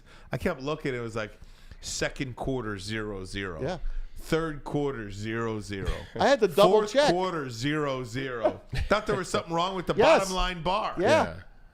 It makes sense. I could not believe it. Like playing in the league, like you know how hard it is to like not score any points. And then I just saw Justin Jefferson was like out. If I was Justin Jefferson, I wouldn't come back. I would not come back at all. Did you see the quarterback nearly got him killed? Well, he got hit in the chest. He got hit in the back. Was it the back? Yeah, it was the back. Yeah, it was the back. Like squared up in the back. He goes up for a pass. Big goes up, like sells out for the pass. And then Raider comes in just Why wouldn't you play if you're him? You're going for the playoffs. I'm going for my big check. My big contract. That's right. He hasn't signed that yet. You got no quarterback. No, you don't. Quarterback's going to get you killed. That's why. And they still win. Yeah, no. No Think about that. Offensive line hasn't been up to snuff, and the running game has just disappeared. So yeah, 16 years, lowest scoring game in 16 years. Hey, we got a double header tonight, guys, on Monday Night Football. Yes, they're both at 8:15. By the way, one's on crazy. ABC. 2 games tonight? One is on ESPN. Who wants to watch either one? You got the Giants and Packers from Jersey. That's going to be the ABC game. That's the Joe Buck, Troy Aikman game. And I don't know who's announcing the other game. It is the Titans at the Dolphins on ESPN. Huh. Is that Al Michaels? No, it won't be Al Michaels. It's the ESPN second. You know who it is? Louis Riddick. It's Chris Fowler. Oh, Fowler, Riddick, and Orlovsky. Orlovsky. Orlovsky. Oh, yeah. Which game are you watching? I'm clearly want to watch two. I want to watch both of them. I think there's a way to watch both of them. You want to see the New York Giants play right now? I think you got to watch the Packers. Yeah. Yeah, no. I'd watch the Packers. I definitely don't want to watch the Titans play. Yeah, I don't want to watch anything but Tua and Tyreek Hill. I wish it was the Packers and the Dolphins. Yeah, there you go. I need Tyreek Hill and what's his name? Nobody cares what you need on your fantasy team. Well, Nobody. I cares. want to beat Pete, and I want my sister to score. I want my sister to score a lot of points to beat Pete and knock him out of the playoffs. You're not going to beat me, Maz. Sorry, bro. Yeah, you're going down tonight. What? Give me a little preview of this game tonight, Maz. What Giants do you like? Packers. What is Tom Mazaway's get out of jail free card tonight? You're trying to avoid not having to pay the man. You like the Giants. I do like the Giants tonight. I like the Pack. You do? I do. I like the Pack. I like what they've done. Who's quarterback in the Giants? Tommy DeVito. Tommy D. From Cedar Grove, New Jersey. Come on. Hey, Mom, you didn't fix my bed today, Mom. Meatloaf. Mom, where's my chicken parm? I'm going. Mom, wash my clothes. Packers, the guy lives at home. Where's the Packers by ZD? 22. Yeah, where's the ZD? Where's the gabagool? Packers by 22. Packers big. Packers by 22. I got the Pack to win it by a touchdown, so cover the spread. Yeah. And then you've got Dolphins Titans tonight. Who's home in that game? Miami. 2-touchdown favorite. Oh, wow. Big dog. It's tough to lay the points. 14. Derrick Henry, maybe you could slow that game down. Derrick Henry, score some touchdowns. I'll take the Titans and the points tonight. Who's quarterbacking them now, Maz? Oh, that's a good question. Oh, Will what's his Levis. name? Will Levis. Yeah. Oh. Mr. Will Mayo Levis. and the coffee. You got Will Levis. You got you have what's his name? Tua on the other side. No, not Tua. I'm talking about the running back from Derrick Henry. the running back. No, Devon Tajay Achane. Spears. Oh. Tajay Spears is Tajay. going to take his job. He's starting to play good. Tajay Spears, and then, hey, you got D-Hop. Don't forget about the old man. That's right. I out need there. some points from There D-Hop you tonight. go. What else was I going to show you? Did you want me to play you the Patrick Mahomes sound? Yes. Patrick Mahomes and Andy Reid. We're going to play these back-to-back for you yesterday in case you missed it. Following the game, Patrick Mahomes on how the refs stole his heart. I mean, it's obviously tough to swallow. I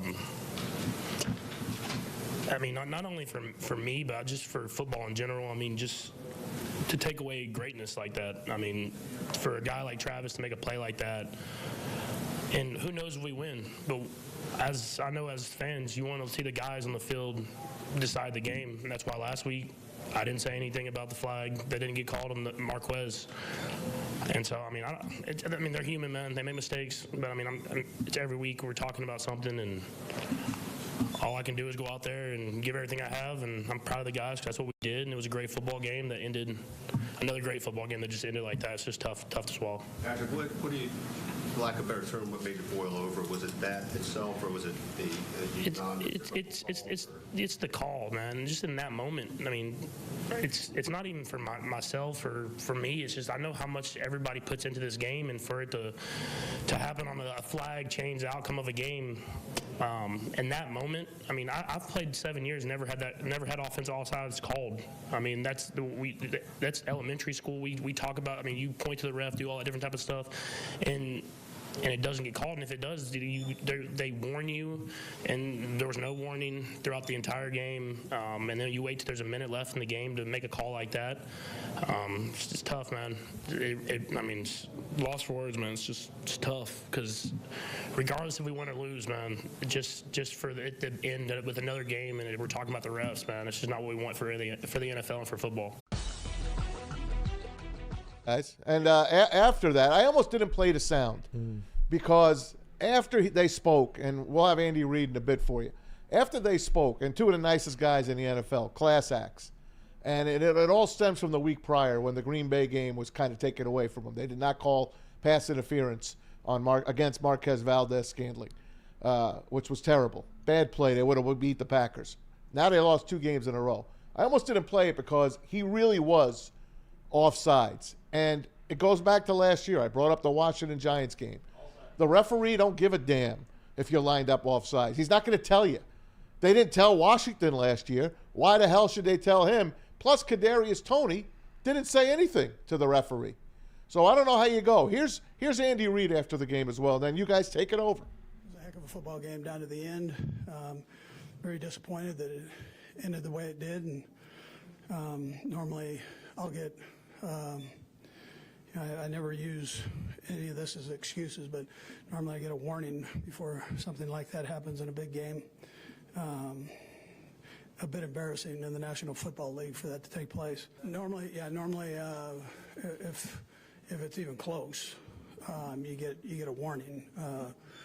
The head coach gets a warning. I mean, that normally, so I don't know. I didn't have a protractor out there, but it's a bit embarrassing. I've been in the league a long time, and I haven't had one like that. So not where, at least for that kind of a position there, that it's not given a heads up to. According to the NFL Network researchers this morning, that's the first time that penalty has been called against the Chiefs since 1995. Damn. So in that spot, to us, it just kind of looks like the guys lined up. It does feel like that. I don't know. I mean, it feels like I don't want to say it's an egregious penalty. It's out there. He is lined up offsides, but I could name you five. I could show you 5 videos right now where Aiden Hutchinson got held against the Bears too. None of them were called. So the officials do have so much power when it comes to deciding the output of games, and even think that's one where maybe you get together and you say there's no penalty flag on the play. What a play, by the way. Yeah. Wow. On a day where Frank Wycheck passed away. I know. That reminds me of that play. Motor City Miracle. The Motor City Miracle. 52 years old. Music City Miracle. Yeah, that too. I mean, you guys are absolutely right. Just looking at that, once again, it's two things. The thing one is they've had some bad calls in the last 2 weeks that have decided games for them. That the pass interference last week decided the game for them. This play right here decided the game for them. So I understand it. But at the end of the day, you got to go back to the facts. He lined up offsides. He never looked in. He did. It was a great play by Patrick, and he's got a million great plays. He doesn't need that one as well. What you guys need to do, you guys need to get back focused and discipline, line your ass up on sides, and point to the ref. Was this the worst Heisman Trophy field ever? Ooh. We'll have that for you next. But first, a message from Guardian Alarm. They are your local security experts and have been for over 90 years. When you see that black and yellow sign out in front of your house, it tells the bad guys one thing. Stay out. Whether you are at home or on the road, they're 24/7 professional monitoring, customized solutions from real experts, and technology backed by people means you are backed by the best. Call this number right here, 1-800. Stay out. The number again, 1-800. Stay out. Call them today. Tell them Woodward Sports sent you. Stay out.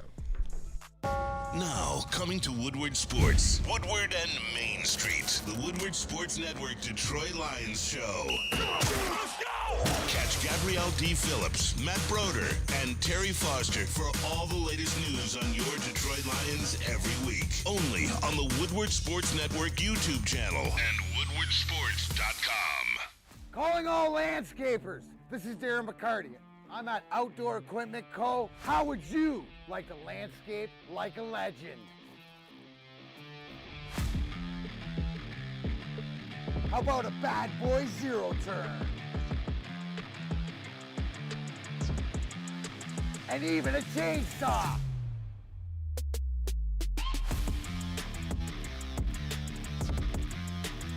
And even a weed whipper.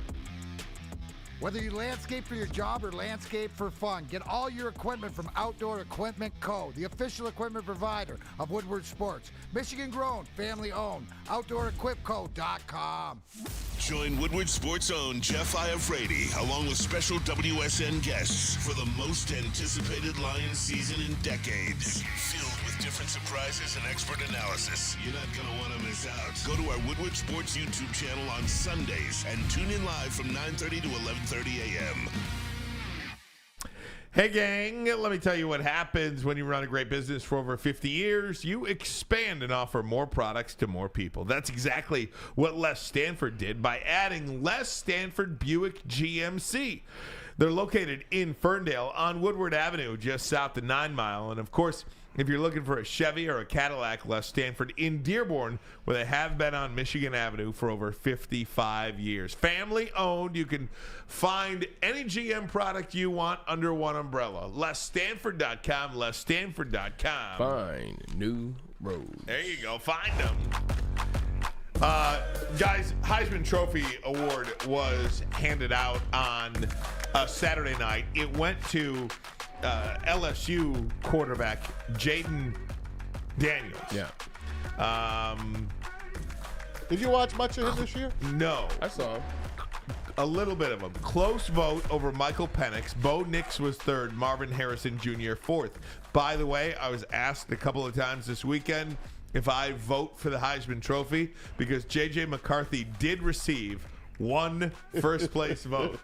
And I can assure you that I do not vote for the Heisman Trophy. Was that Jamie Morris? Blake Corum was 9th, JJ 10th in the Heisman voting, by the way. Braylon, the 9-3 LSU Tiger quarterback, Jaden Daniels. I mean, look, we know what the Heisman is. It's an ESPN award that's going to give the trophy to one of three things. Either it's going to be a quarterback, it's going to be a running quarterback, it's going to be a guy from the SEC, or it's going to be USC if they ever have a guy in the running. It's funny, Ohio State, although Marvin Harrison didn't deserve it, they have been there like 6 times and come home empty-handed since Troy Smith last won. But, I mean, it's just one of those years. Like, Michigan is the number 1 team in the country, but you look at it, JJ doesn't have the stats to be there to win. Blake Corum doesn't have the yards if you win to be there and win it. You look at Georgia. Georgia didn't have anybody that had mind-blowing stats. That's another one of the best teams in the country. Alabama, Jalen Milroe, he didn't heat up till late, so he doesn't have stats. So the teams that are the top teams in the country, Michael Penix, you understand they're not giving the trophy to Washington ever, right?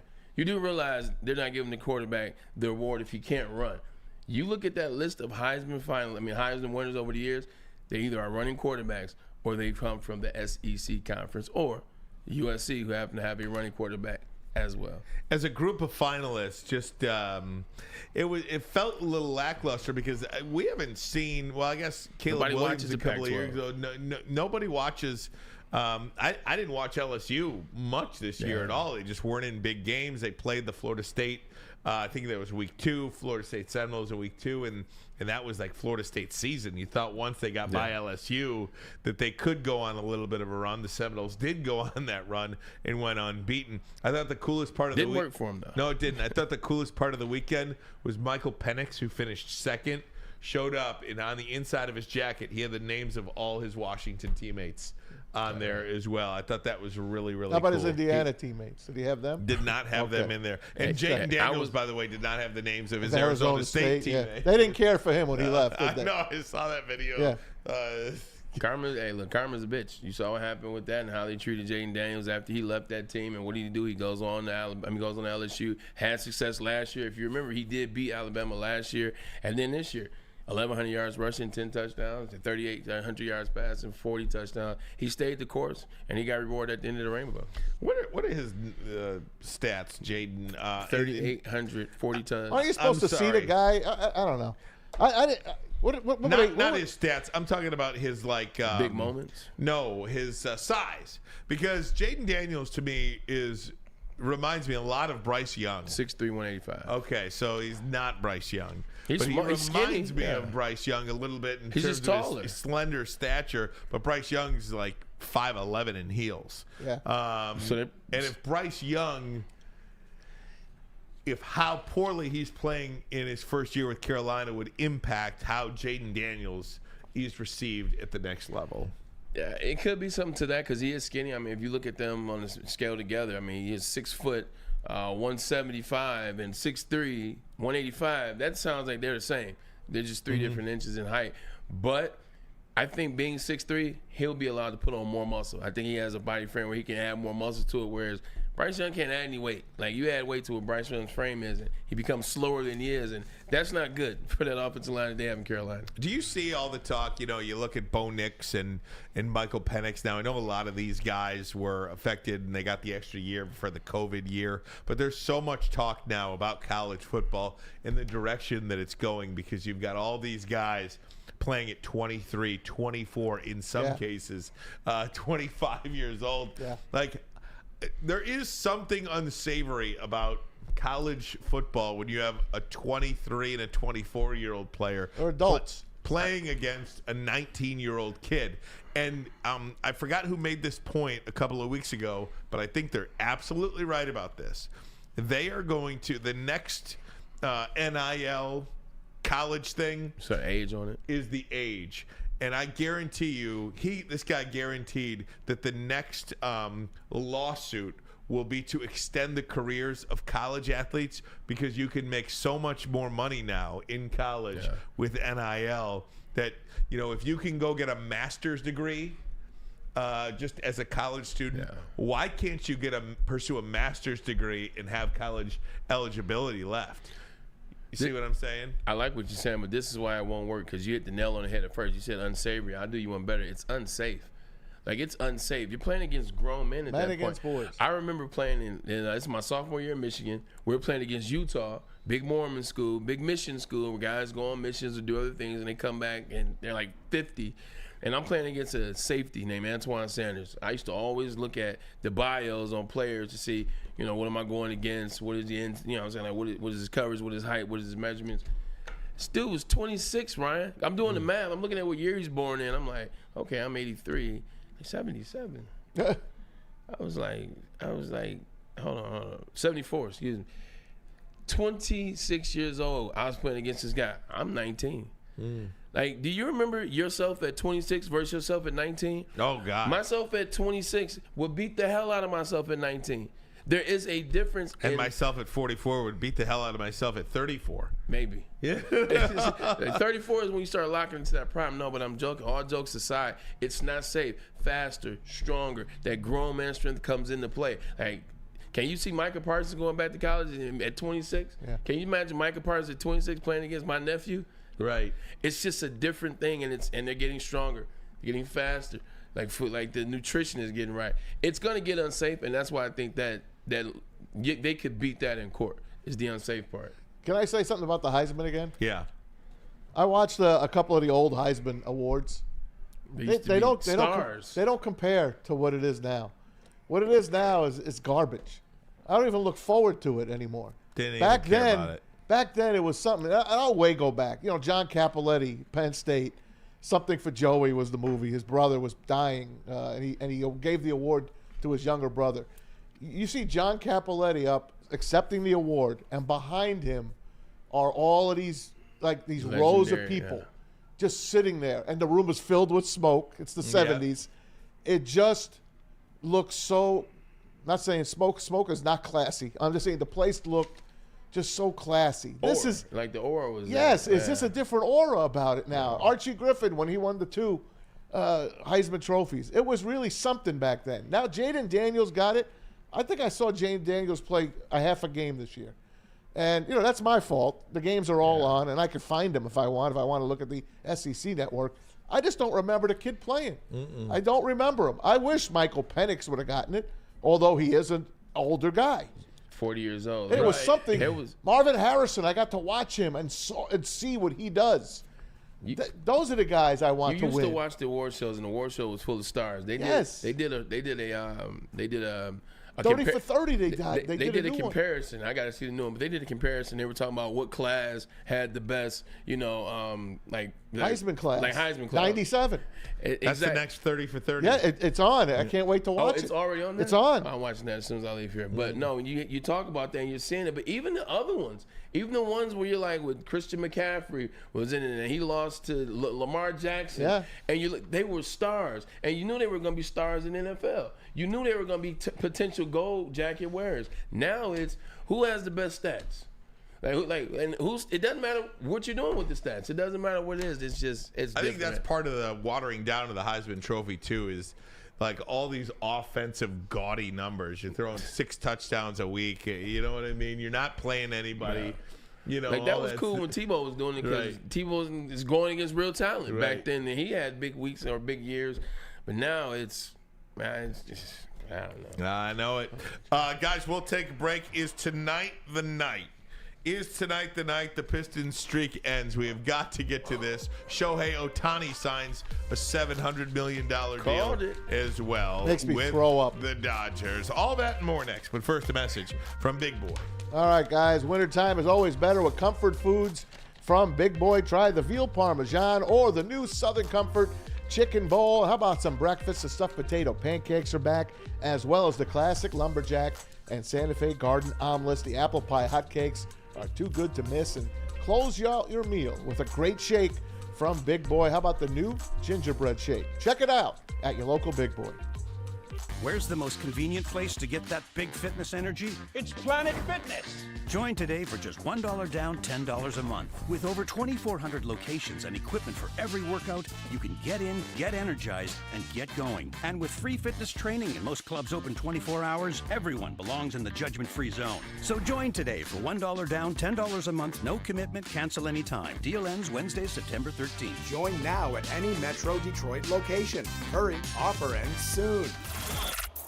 Woodward Sports' own Tom Mazaway and Sam Stick Day will be hosting our Lions postgame show after every Lions game all season long. Tune into the Woodward Sports YouTube channel for his hot off the press takes, game analysis, and Kool-Aid sipping celebrations.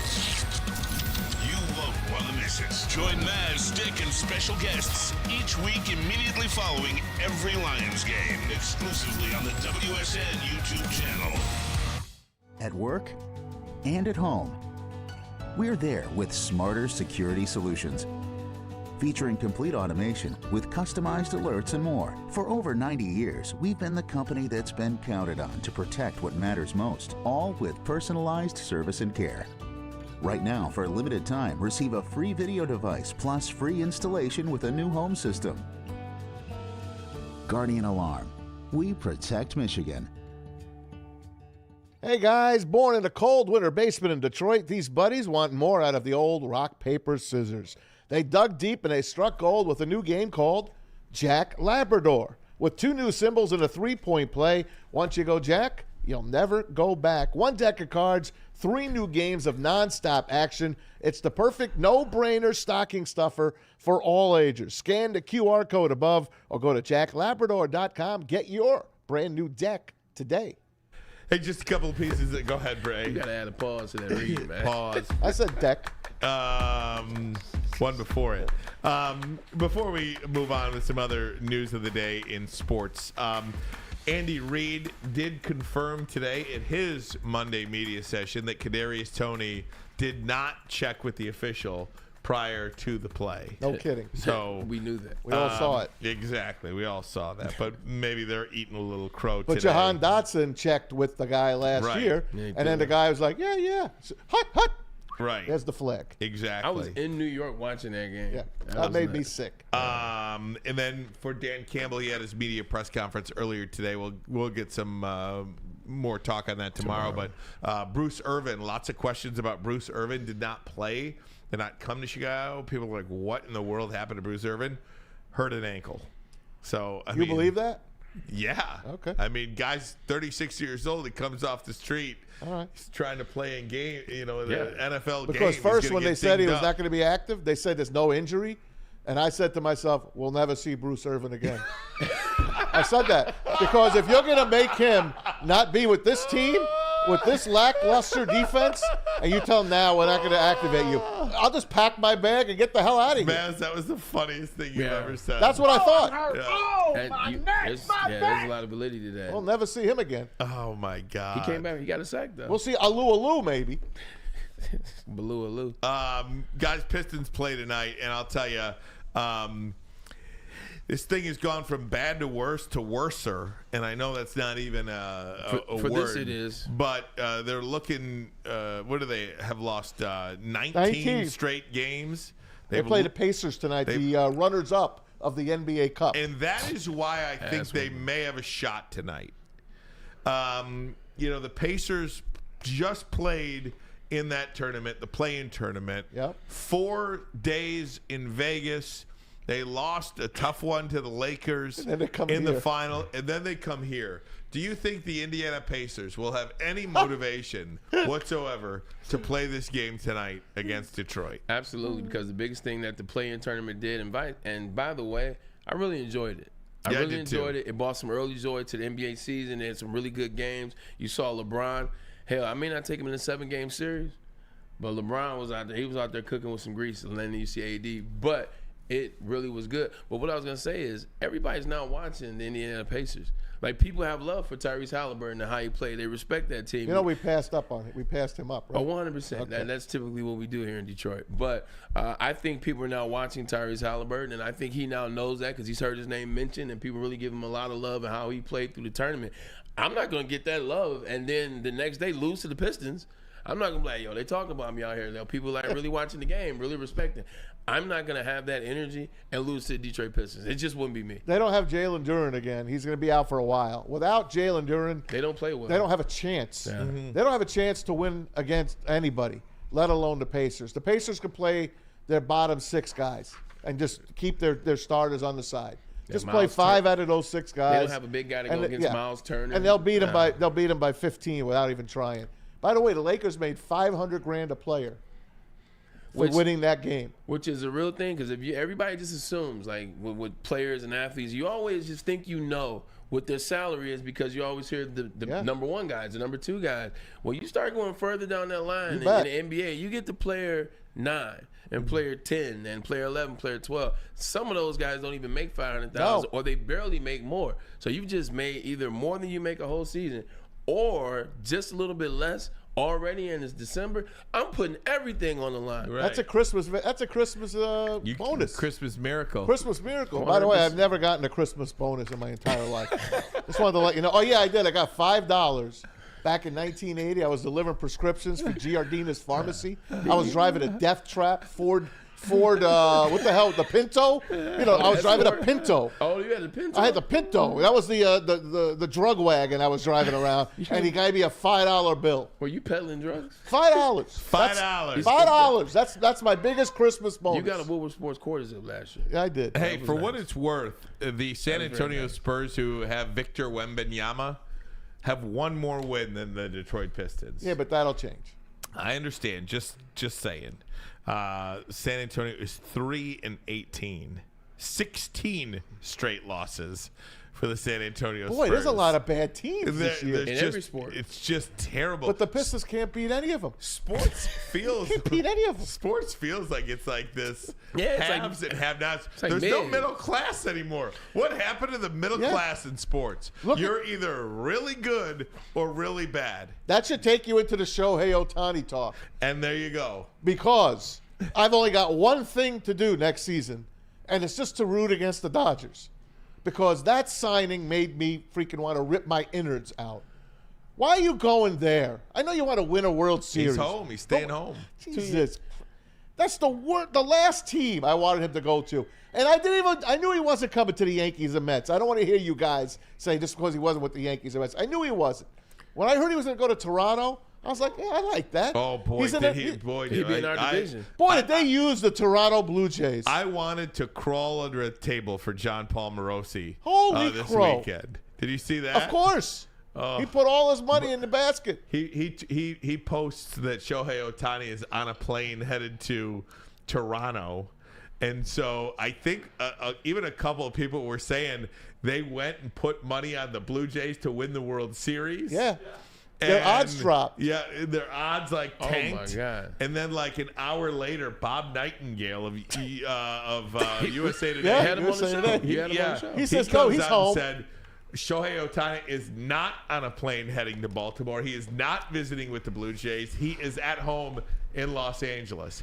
And then John Paul Morosi has to make a retraction, an apology. He posts, "I deeply regret the information that I put out." And I love that guy. Are you going to refund my bet?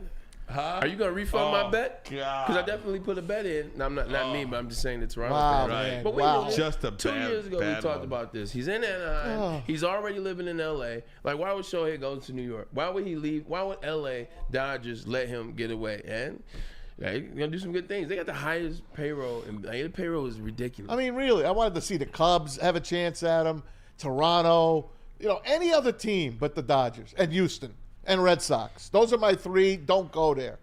Now my whole season's ruined. Man, it's ruined. I just have to root against the Dodgers. $700 million, $350 million of it goes to taxes, California tax. That's great. Oh, I saw that. Vote Gavin Newsom. You got to go get that in Texas or Florida. Go play for somebody else. $70 million. He only gets 36. They already did the math. Yeah, that's I saw that. Million. There's even a tax called jock tax. Yeah. I don't know what the hell that is. That's legal stealing. Yeah, that's what I call that. That's highway robbery. Oh, you got the ticket prices they won't go up, right? Yep. Ticket prices. They already have the most expensive beer of any stadium in the MLB by 30 cents. Dodger dogs will be like $15 now. Guys, what's happening with Michigan basketball? We'll explore next. But first, a message from Fairway Packing Company. Let me tell you about Fairway. For over 60 years, Fairway Packing Company has provided Michigan's finest restaurants, hotels, and casinos with prime beef, Wagyu beef, and dry-aged beef. You can experience the Fairway difference for yourself today. Just visit the steak shop in Grosse Pointe Woods for grab-and-go steaks or order online, fairwaypacking.com, fairwaypacking.com. Come to any Lady Jane's Haircuts for Men for an award-winning haircut experience from one of our talented stylists and register for a once-in-a-lifetime opportunity to win an all-expenses-paid suite for the 2024 NCAA tournament for you and 5 of your best buds. That's right, college basketball's most elite event. You and your 5 best friends just get to any Lady Jane's today for an award-winning haircut experience and automatically register to win the trip of your dreams. Lady Jane's Haircuts for Men open 7 days a week. Walk in anytime. Lady Jane's, it's wicked awesome. Brace yourselves, Detroit. As the sun begins to set, 2 of Woodward Sports' brightest young stars will be taking the mic for a brand new show. Woodward Nights with Booner and Broder. The dog days in Detroit are over, and the boys are unleashed. Join in on the banter and hop on the bandwagon of the #1 night show on the internet. Tune in to the Woodward Sports YouTube channel every weeknight from 8 to 10 p.m. Woodward Nights with Booner and Broder.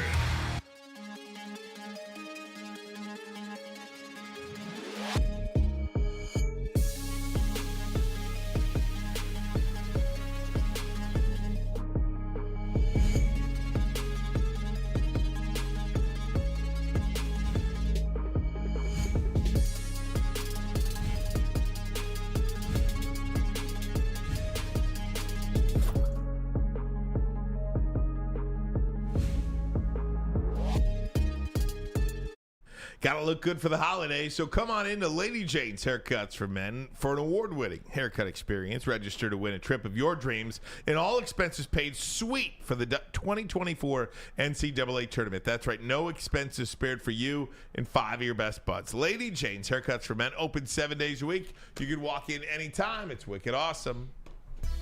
Guys, Michigan basketball... they won. Making headlines. Yeah, they beat Iowa yesterday, 90-80 on the road in Iowa to improve to 1-1 on the Big Ten season, 5-5 overall. But there is some chatter going on regarding Michigan head coach Juwan Howard. This from Brendan Quinn from The Athletic. Right, Maz? Yes, sir. Okay. According to a university official with direct knowledge of the matter, Howard's status as Michigan head coach is unchanged.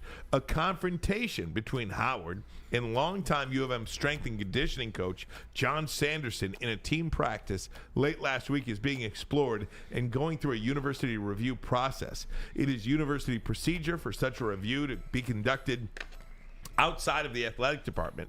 Multiple sources say claims of punches thrown in the aforementioned altercation are inaccurate. Sanderson did not travel to Iowa with the team for Michigan's game at Iowa. He did not return a call for comment. According to a university source, Sanderson currently remains part of the program.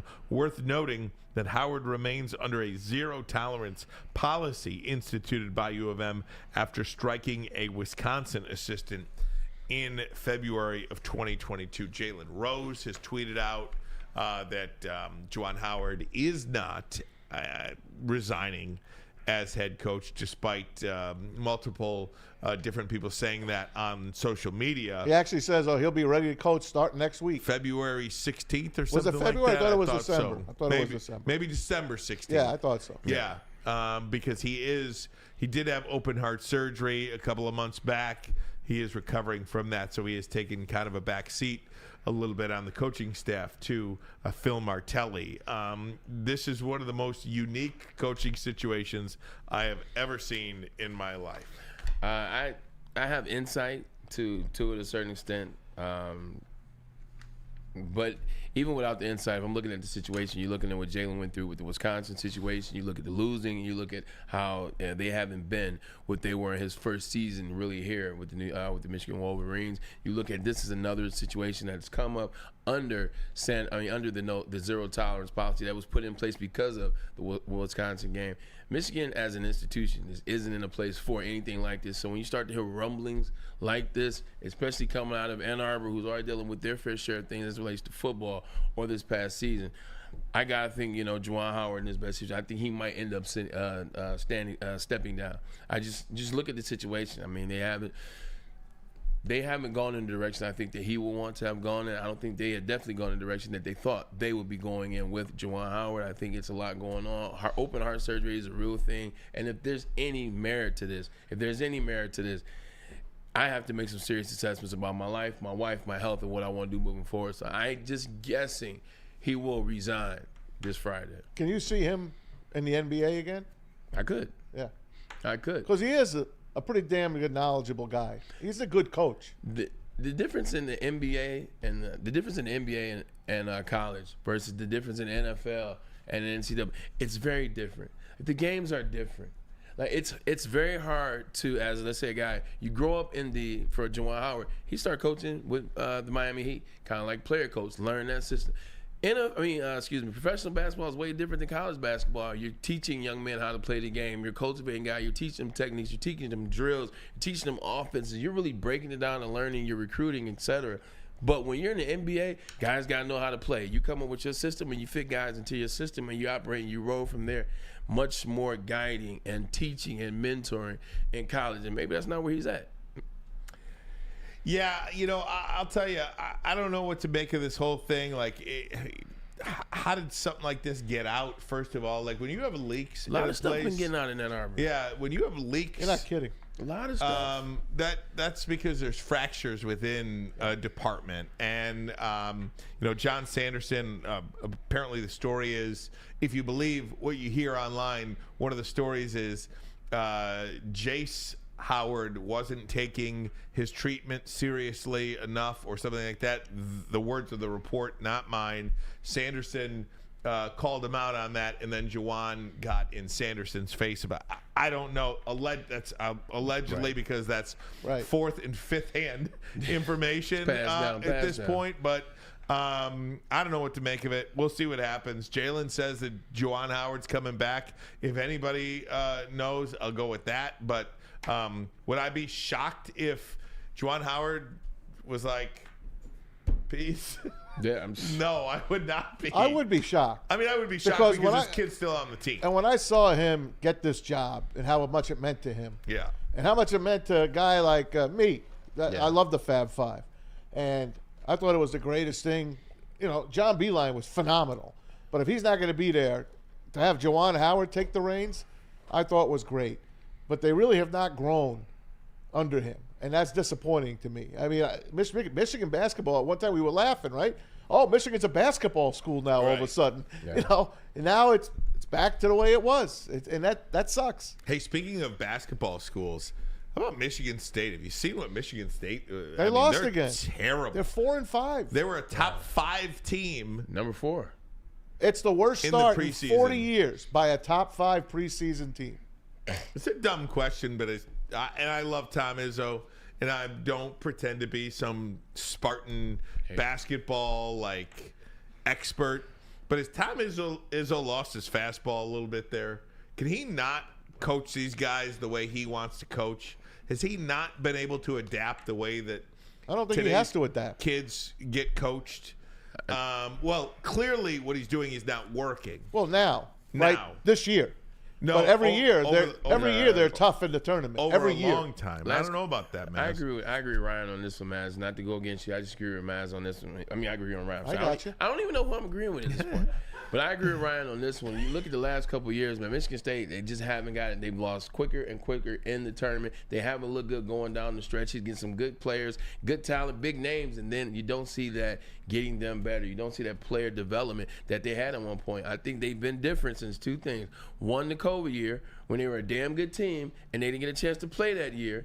They never got back from that. And also, when that Nick Saban stuff came out, Nick Saban, but when Tom Izzo, with the players, getting in the players' face and all that stuff. What was that, 3 years ago? Yeah, it was the kid that walked away from him. Right I after forgot COVID, who it was. right? Yeah. Sad situation happened, and it hits to what you said. You can't coach that way anymore. And then maybe he's falling, maybe he's losing a bit of love for the game. And then I love him. I hope he does. I hope he bounces back. Yeah, no, we all love him. It seemed he like can it's coach been my going team downhill. anytime. I agree. I understand. Since COVID and that altercation, it just seemed like it's going backwards. Red Wings at Dallas tonight. They won't have Larkin. He's on the IR. It was an awful play on Saturday night against the Ottawa Senators. Larkin's down for at least a week. Red Wings are going to have a hard time tonight at Dallas. All right. They don't have a centerman. They don't have a centerman. On that note, Maz, good. Thanks for sharing that. You're very welcome. Doubleheader for Monday Night Football. All right, tune in for the rest of the week. We'll get some sound from Dan Campbell. Tomorrow we'll talk more about the Detroit Lions and going into this game at home against the Broncos. Look, Lions season is still very much intact. 9-4 is what they are. They're playing a team that has to come here so they get a chance to be at home, get some guys healthy, and see what they can do. So we'll figure it out throughout the course of the week. But, hey, just a start. For my man in the booth with the dope Hendon Hooker, Tennessee jersey on. I see you over there, big guy. JB, my man, Peace by back, killing it over there. Appreciate you. Tom Mazaway, love you so as well as you. Ryan, who's better than you, Bray? Nobody, because we are Ermanni and Edwards with Maz.